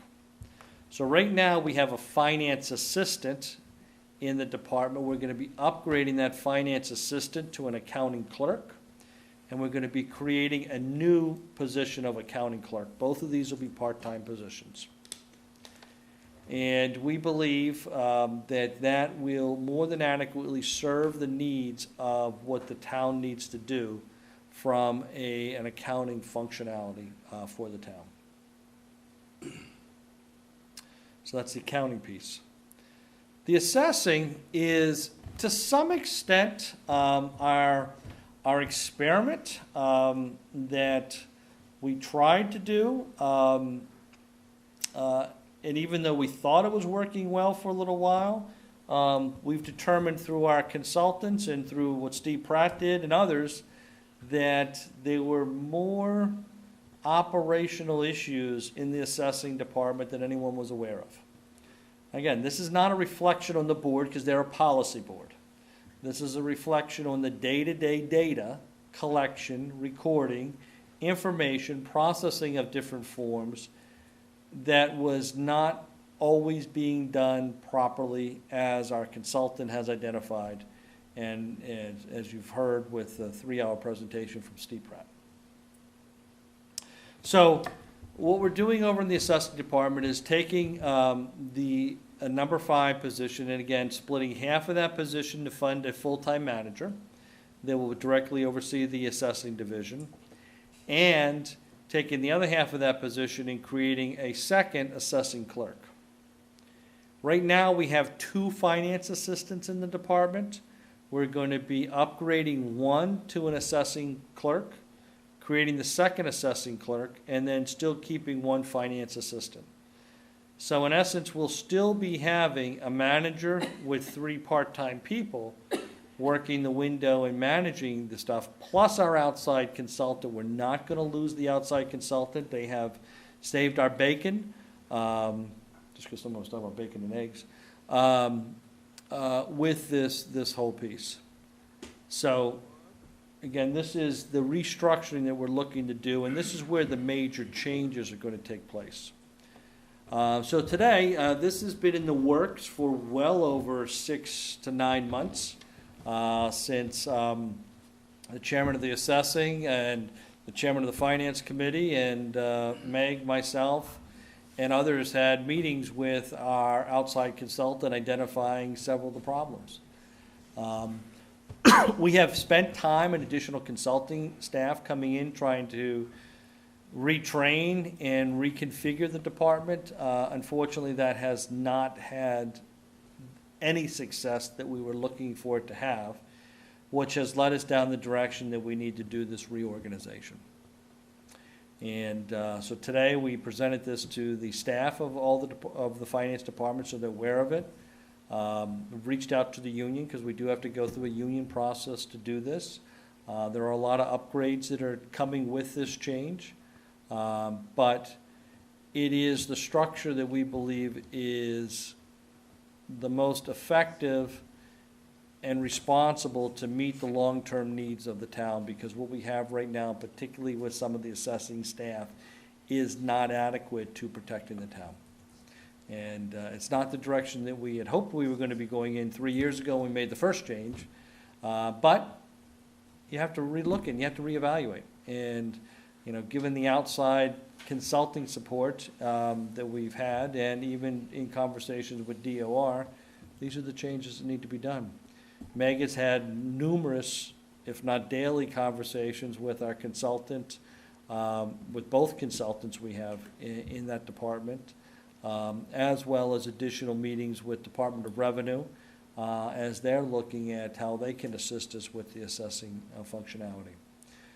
But the big change will be here is now there'll be a manager that will have all the proper tools and training to oversee both divisions with the appropriate support staff for a town our size to maintain that. And that, folks, is the finance department. Meg? I think that covers it all. I mean, just one thing to add to is that we do have, the Department of Revenue will actually be coming out next Thursday to go over the assessing piece. They've got some suggestions for us, and they have agreed to work with us very closely to make sure that the assessing department is successful. I mean, at the end of the day, we want the staff and the departments to be successful. That's our job, is to make sure that they run efficiently and effectively with the tools they have. But we're also not a large metropolis, and we have to live within certain financial constraints that we have. And this is the best way we can configure to make this come up with it.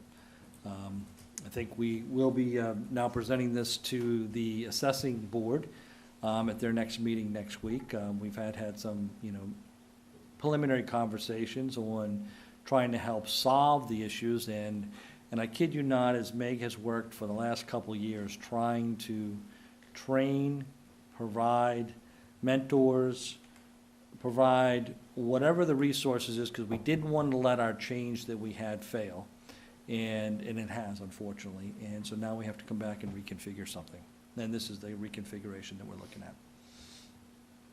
Does any of the reconfiguration, will it cost us any severance or unemployment costs? There's possible that, yes, I know some people have stated they've been looking for other jobs, particularly one that may be eliminated. So there could be clearly some unemployment if they're not successful from that standpoint. And we do have reserves set aside for that. You like this arrangement? I do. I think that, especially because we do have, we've been working with Paul Capinos, and we have been talking to the Department of Revenue. I do feel like this is something that is going to work out. We do have to work a little bit more on getting the resources to get the assessing side up and running, but I think that this is the configuration that will help us get onto a better path. When Michael came to me and Steve Pratt and wanted to talk about a sustainability study going forward, we discussed this at several of the meetings, and you saw Steve's classroom, which, for lack of a better explanation, should be required watching for anybody that wants to be on a finance committee. We needed to start with the foundation. And the foundation to any sustainability study and any budget is the income side. The tax levy. And the tax levy. And the assessing that's the income side. So we can't talk about buying fire engines and school budgets and giving people raises until we know what's coming in the revenue side of things. And then and I give this credit to Steve, as Steve started to dig, we saw that there was they weren't intentional mistakes, but there were some oversights. And suddenly, the numbers start to fall a little short, and that promotes now there's a meeting with the assessor, with the agent, and with you, and with Meg, with Michael. And the how comes start to come in, and they're simple oversights. I mean, nothing was done nefariously, it was just oversight. But that oversight cost a lot of money, and it was a lot of lost revenue. So that started to look at how do we, make this better. And I think this is where, through its own evolution with your department, especially with your department, this is the end result. And I think this is going to work so much better.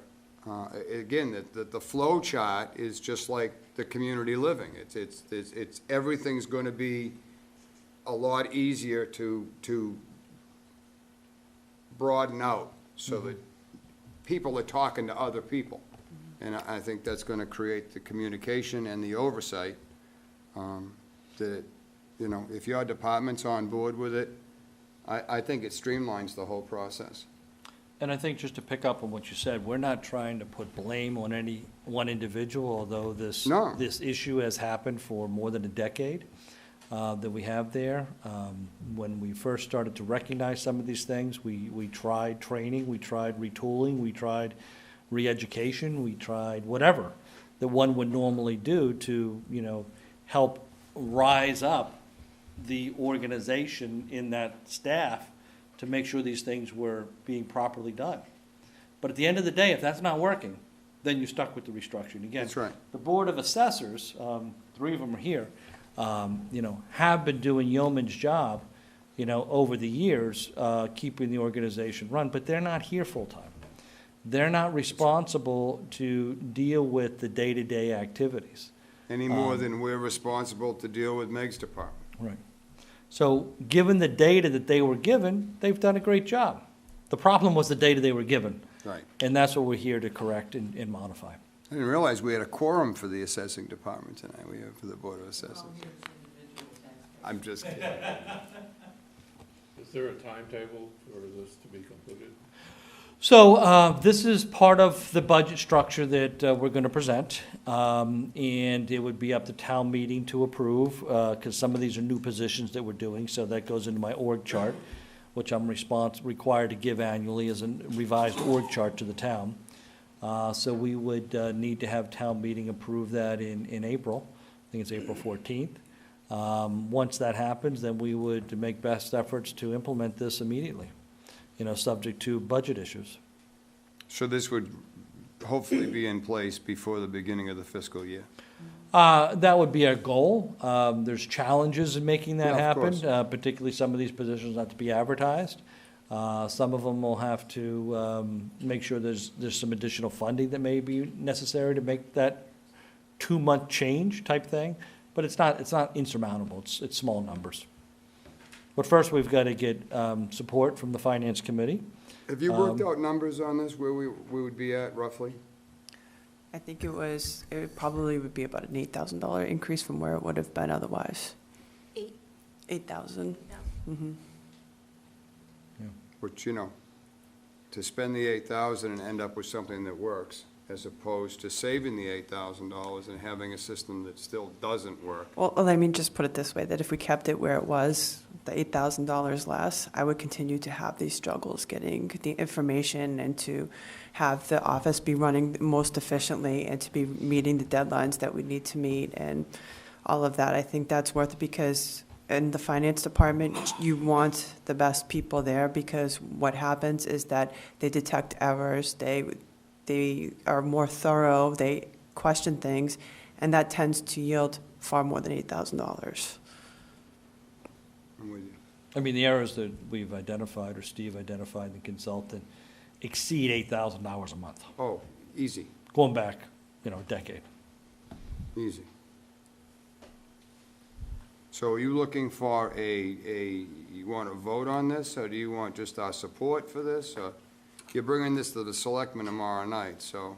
Yeah, tomorrow night, we're gonna make the same presentation to the and selectmen as one part of of them is that. here, so you want us to give you our okey-dokey, is that what you're looking for? Well, I mean, part of this is we're sharing with you the months that have gone into reorganizing stuff that the finance director and I put together, or the other departments that we have.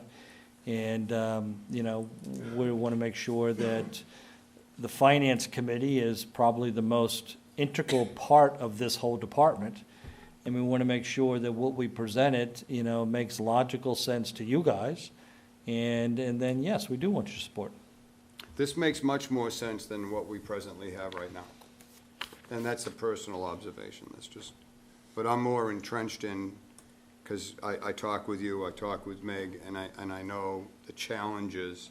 We've met with Paul Capinos, we've sat down, and we know the challenges. And there are a lot of them, you know? So if this streamlines the process and keeps people from tearing the hair out of their head and trying to jump out windows, then I think it's a great idea. Would you like to? Mr. Chairman, Yes, sir. if I might just, You always might, sir. this is me as just a single member of the board, but I would be very happy to know when we're having this presentation tomorrow that this has the backing of the finance Would committee. you like a motion? In a minute, we will. Absolutely understand. Ellen, you wanted me to, I told you I'd wait till the tail end of this. Would you like to say something? You can, wherever you're comfortable. If your voice will carry, because it's recorded, so. Maybe at the table then, if you don't mind. Blanchard.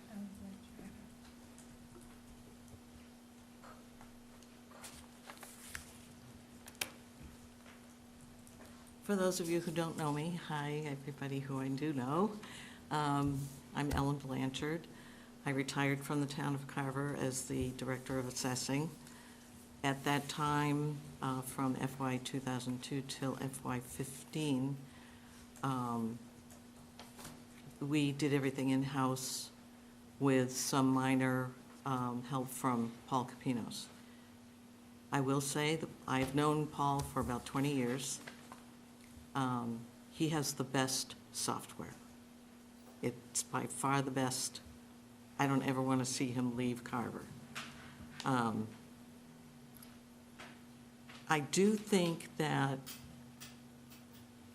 the department ran very well before I retired. When I had 2 months left to the date of retirement, I was no longer in charge. I was doing work for the department. I was doing things that had to be done, and so they were done. But I had no power, I had no authority or anything. So when that July 1st, I left, my last day was September 1st. July 1st, the whole department had been changed, and I was not allowed to do anything to assist or help.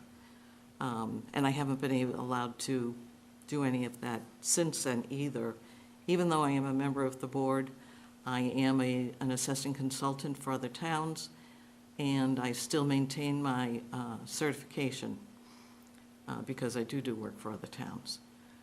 And I think that part of the problem with I don't care about what has happened over the last 3.5 years, but I think going forward, people don't understand what assessing is all about, and even though Mr. Capinos is doing, he's having his staff do the data collection for real estate and personal property, and he is doing all of the statistical analysis, and but there's a huge amount of paperwork that needs to be done in the assessor's office that has nothing to do with statistics or the data in the database. And I think if you're going to have a part-time person who's split between accounting and assessing, they need to know a lot more than a part-time person might know. They need to have the skills and knowledge that go along with assessing. And I think that's key, as well as they're going to need to be an accountant as well.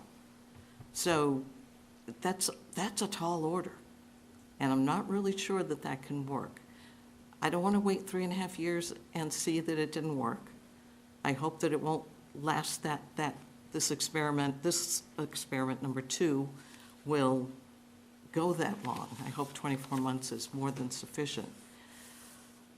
But I am always available to assist. There are a lot of things that, as a member of the Board of Assessors, I could have done and offered to do, and that was not welcomed at all.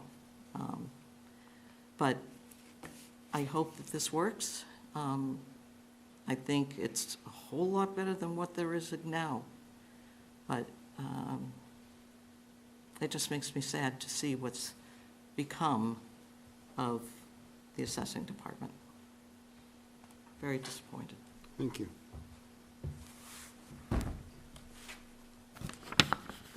Mr. Paddock would like to say something too. By all means, Steve. I don't need a microphone. You're like me, I don't either. So I've been involved with the assessment, I'm direct, I am the, you want to say chairman, thank you for giving me the right position, the chairman of the Board of Assessors. I've been on the board for the last 10 years. So I've watched all these things happen from kind of an outside view, because I'm not a full-time politician, and nor do I hang around at finance committee meetings or I was gonna say, I've never seen you here before, so this must have been a monumental evening. But here I am, I'm on the Board of Assessors, and I kind of watch it from a standpoint of my own business and how things function and don't function, and wonder how we make this work. My own opinion is I've seen the assessing department treated like it's a air conditioning unit in a library. And right now, we're at a point where we have to tear the roof off, because we haven't given it the proper maintenance and what is necessary to run it. I'm concerned that this is going to be not enough. I don't have a problem with it, other than this, Mr. Capinos tells us that we need more expertise and more hours to get the job done right. If there's a mythical creature out there that's an expert at accounting and assessing, good luck finding him. I hope we do. I don't know, right now we have a full-time and 2 part-times.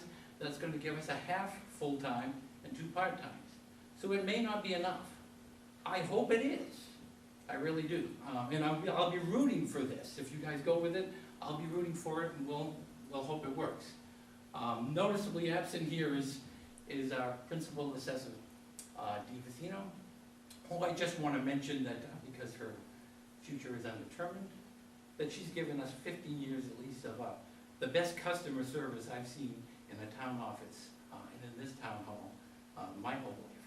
And I just don't want that to be missed, that she is taking care of a lot of people in this town over a lot of years. Well, you not to interrupt you, you understand we have no control over. Oh, I know, no, I'm not asking you to hire her. Well, as a committee, we have no control over personnel. I am, no, and I'm not Oh, trying to do okay. anything with her. I'm just And I know that Dee has worked here a long time. I just want to give her a shout out because she's worked hard here. Okay. And I don't know where this plan will leave her, if at all. So I wanted to mention that.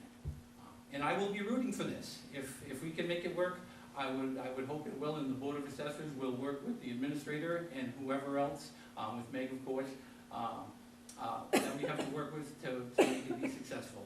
But I feel in my gut that we may be going right back around this mountain again in a couple of years, because I don't know that there's going to be enough brain power and hours to make it work.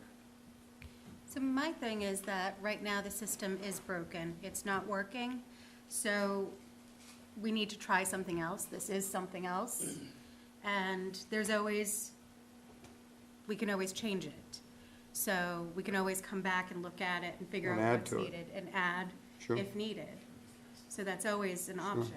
You know, if this does turn out to be, you know, one person short, then next year's budget, we plug in for another part-timer or, you Yeah, know, I think- somebody more experienced or however the case might be. But this can be the building block of and the base foundation, and from there we go. But the idea is that we stay on top of everything that's going on now so that the entire ship gets steering in the correct direction. And we'll make the course corrections, I think, as the department needs to. And I Yeah. know that FinCom would be on board to do, you know, whatever is in the best interest of the town. The bottom line is that this entire structure sheet tonight puts the whole town on level ground. It puts everything in a level spot so that it all flows the way it should flow, and I see that it operates with the least restriction and the least, for lack of a better word, infighting between the different committees and departments, because it brings these groups together. So this just seems to me to make sense. If we need to add some personnel somewhere along the line, then I'm sure that between Michael and Meg and Elaine, they'll sit down and look at this and say, well, this is lacking here, we need to do this, and they'll do it. Because that very same thing, we're lacking here, we need to do something, is what created this. Well, I think just two things to pick up on some comments, and I think we're saying all the same thing. The first is, as the vice chairman mentioned, is, you know, this is our next iteration to try to make this work. And if we need to modify it, we will. We had hoped we would have never got here, but we ended up coming here. And this is a better solution, I think, as was mentioned, than what we have right now. Because it does put someone at a management level overseeing the division. Now, let me tell you what you don't see in this chart, and I think this will address some of your concerns, Mike, is that this accounting and assessing, or this assistant finance director that we're looking at here, we are probably, from conversations Meg and I have talked about, it's probably like a 70-30. It's probably a 75-25. It's somewhere in that range. The majority of their time is going to be directly overseeing assessing, because it is complicated. It has changed with every different case. Whereas accounting, once you've got the system and the software set up, it runs pretty good as long as you're doing that. So the level of effort is going to be leaning towards the assessing side. What you also don't see in here is to some extent, and you guys know me, and so just be careful what I'm saying, this almost an unlimited checkbook that we have for consultants coming in to help with this. And we've spent a lot of money trying to train the existing staff and structure up and rise them up, because we didn't want to give up on the first attempt. But at some point, you got to cut your losses. But to your point, Mike, is that funding for the outside support will continue. And whether or not it's a consultant for the next year, and we find out that we brought everybody up and we're good to go, and we can reduce some of the consulting down, or we have to continue that into another half-time or another full-time employee, we will make that decision at that time. But by no means do I want you to leave, because we've had many conversations on here, that we are going to shortchange the revenue needed to fund a successful assessing office. Keep in mind is when we're doing budget stuff, we're looking at long-term organizational changes. And then there's the consultant work that needs to be done to help us get to that point. So the support will be there. That I can guarantee you, and with Meg, we've talked about that. And again, those are two things people don't see with here, and I probably should have went into those a little bit more just to address some of these earlier. Well, I knew that was going to be the case. Alan, can I add something? Yes. Okay, so one thing that we've learned since I've become finance director, because we went through this with the treasurer collector position as well, is that one of the things that we've have thought about is someone with existing assessing experience. Like that seems like that would be the ideal. But what we found with the treasure collector is that didn't always have to be the case, because we had a treasure collector who had no municipal experience, but she was phenomenal. And the reason why she was phenomenal, she came in with a real positive attitude, an approach that was team-based.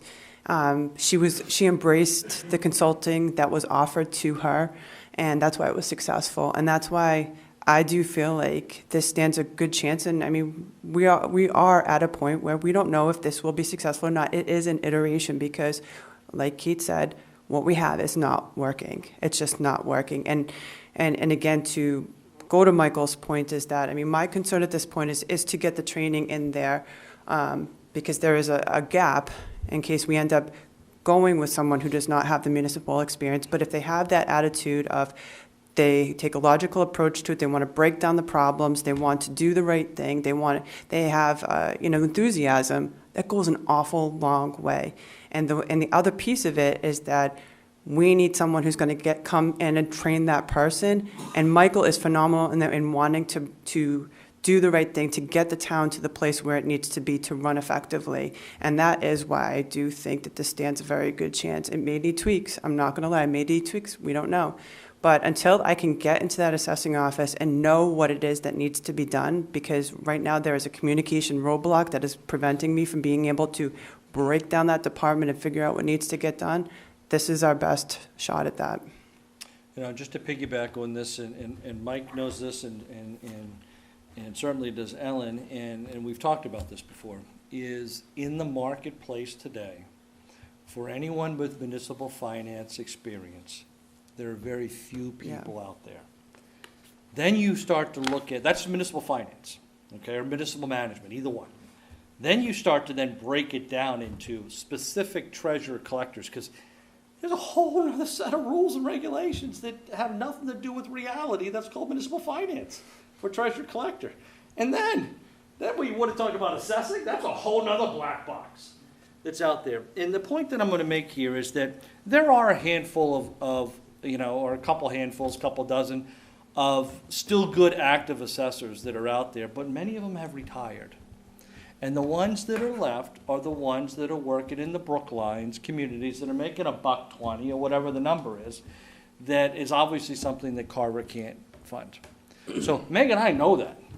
So the only way we're going to get there is that we have to have people that are dedicated, that are committed, that want to learn, that can learn, that have the basic understanding of what needs to be done, and then we bring in the consulting team and we train them up.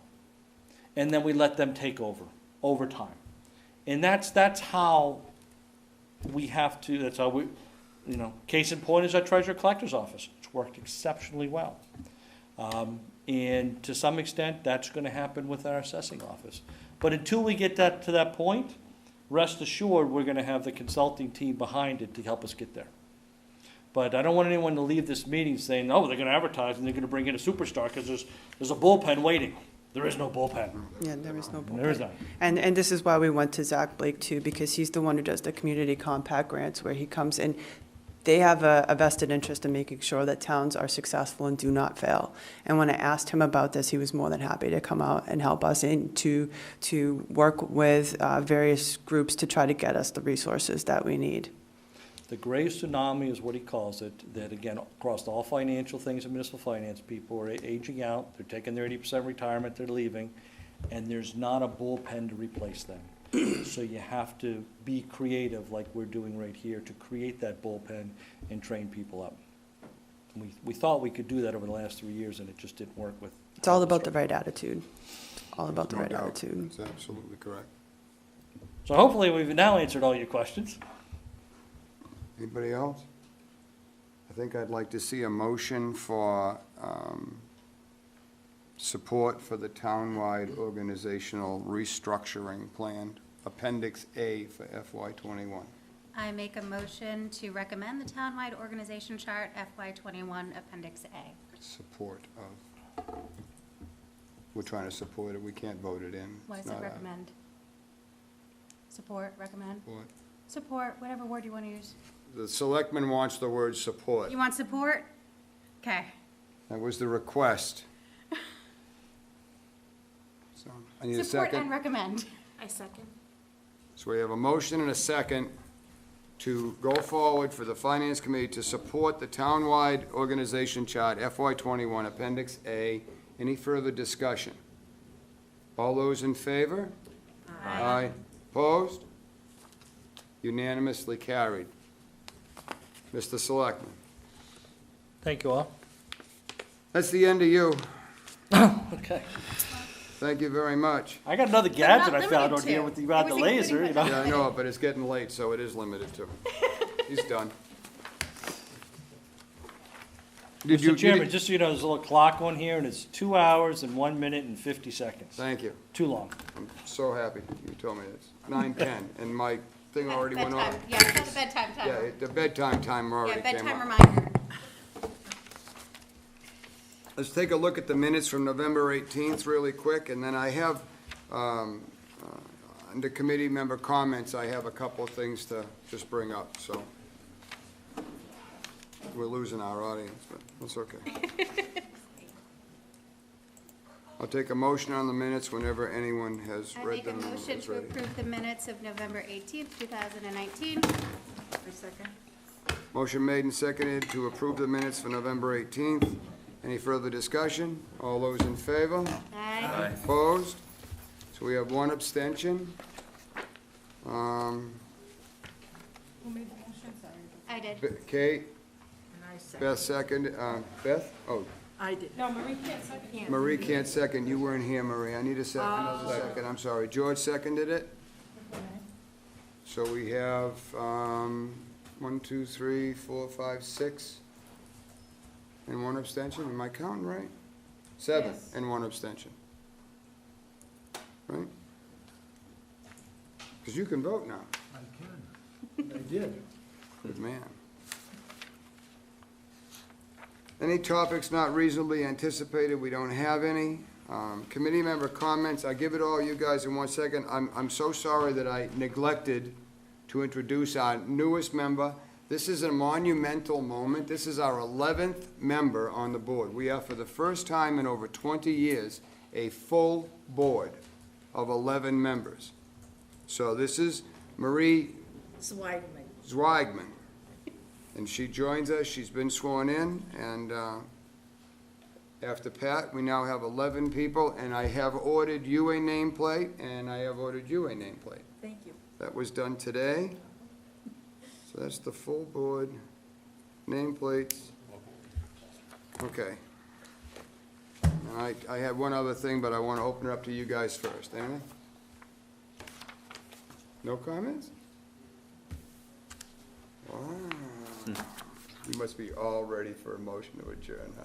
You just can't wait. When are we? This is gonna take a few minutes. You don't have to wait a minute. No, I always want to hear what you have to say. I did a little bit of research with the help of Meg LeMay. And as ridiculous as this is going to come out to be, but since we have a member of the select board bringing up the lousy toilet paper that we use in Quality this of. town. Or lack of quality? It was actually, I forget the word he used. Anyway, he didn't like it. So in any case, just out of curiosity, as stupid as this is going to sound coming from the FinCom, the town as a whole, we use 64,000 rolls of toilet paper a year, which is about 800 cases at the current brand that we buy, which is 80 in a case for $55.74, roughly 70 cents per roll. It gets better, George. If we upgrade this to Tushy Pleasant Soft 2-ply tissue, there's only 60 rolls in a case. Can you use that with septic? We didn't get into the septic environmental issues. I got into the raw costs of the raw data for this ridiculously stupid subject. 60 rolls in a case, we would then need 1,066 cases at $87.40. So it's $1.46 per roll. Now, this all sounds like this is just fun and games and everything else. We'd need $48,660 additional to fund this. The veterans came to us tonight for a $1,500 transfer. $48,640 to go from what is termed as the current toilet paper stinks, and that's a quote, to a two-ply, and we don't know what the ramifications are on the septic systems, and this is entire town-wide and school. So, that being said. I came from a house that didn't have septic and I had to get. So, I guess my point is that everybody wants to throw things out there that are somewhat inflammatory. Maybe before you start throwing it out there, and my next statement will finish up with the same thing. You should do a little research first and see what the is, So I had Meg, I asked Michael at the last FinCom meeting if and that was asked here, if I could have Meg look into the Chick-fil-A $16.61 an hour. The town of Carver sucks because we don't pay enough money. So what Meg did was take the lowest paid employee, and I agree with you, by the way, 100%. No one's putting a gun to anybody's head to apply for a job here. If you don't want to work for $12 an hour, don't apply for the job. This is a free country. So I couldn't agree with you more. But that isn't the way the article was presented on Facebook. It was presented from an avenue of, we're not that good because we don't. So, for us to be good and do, to go from the lowest paid to the $16.61, that's a 25% increase. Because we are union and non-union, and the union contracts are negotiated, that 25% has to carry through the entire matrix, which means everybody gets a 25% raise. So that only costs us $938,000 more a year. If we take the 75-25 and eliminate the 50-50 and bring it back to 75-25, that initial change, just for the 1 year, is $41,983. But that only addresses the situation as of today. It does not account for additional costs that would occur with future hires and would significantly affect our OPEB valuation, and that effect would be in the millions of dollars going forward.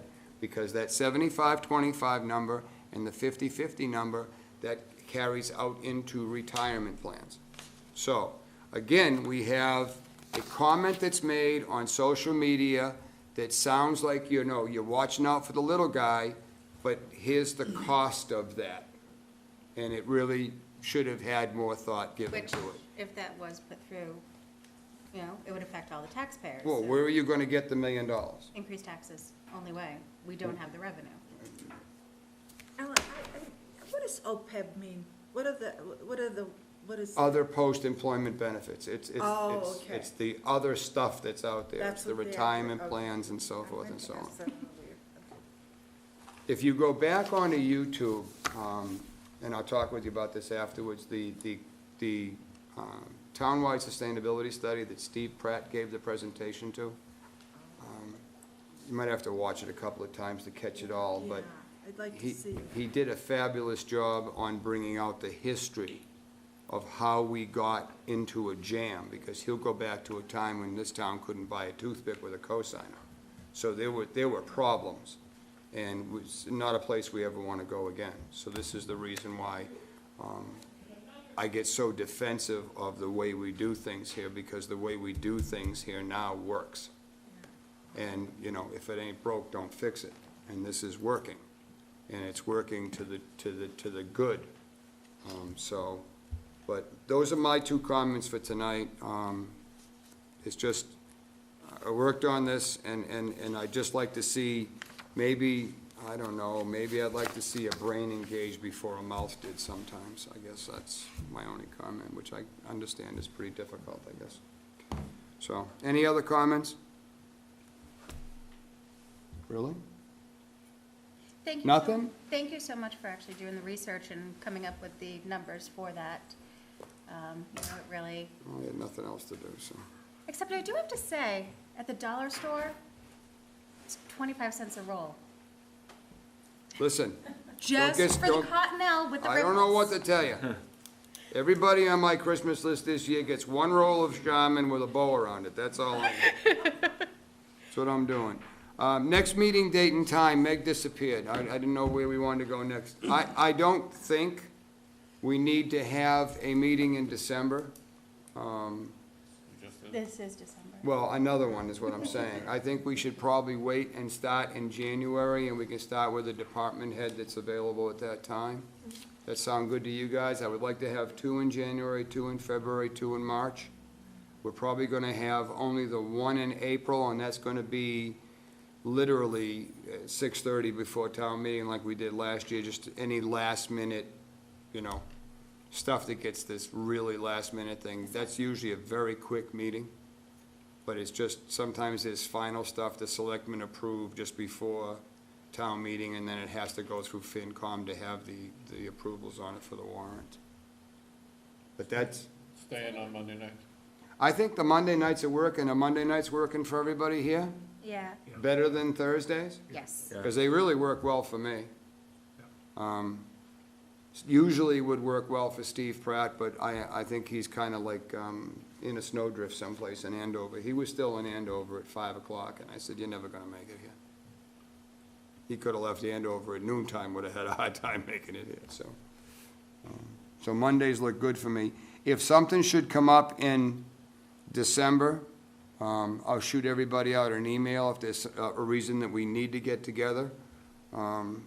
I would try to do something like the 16th. Does that look good for everybody if that should happen, December 16th?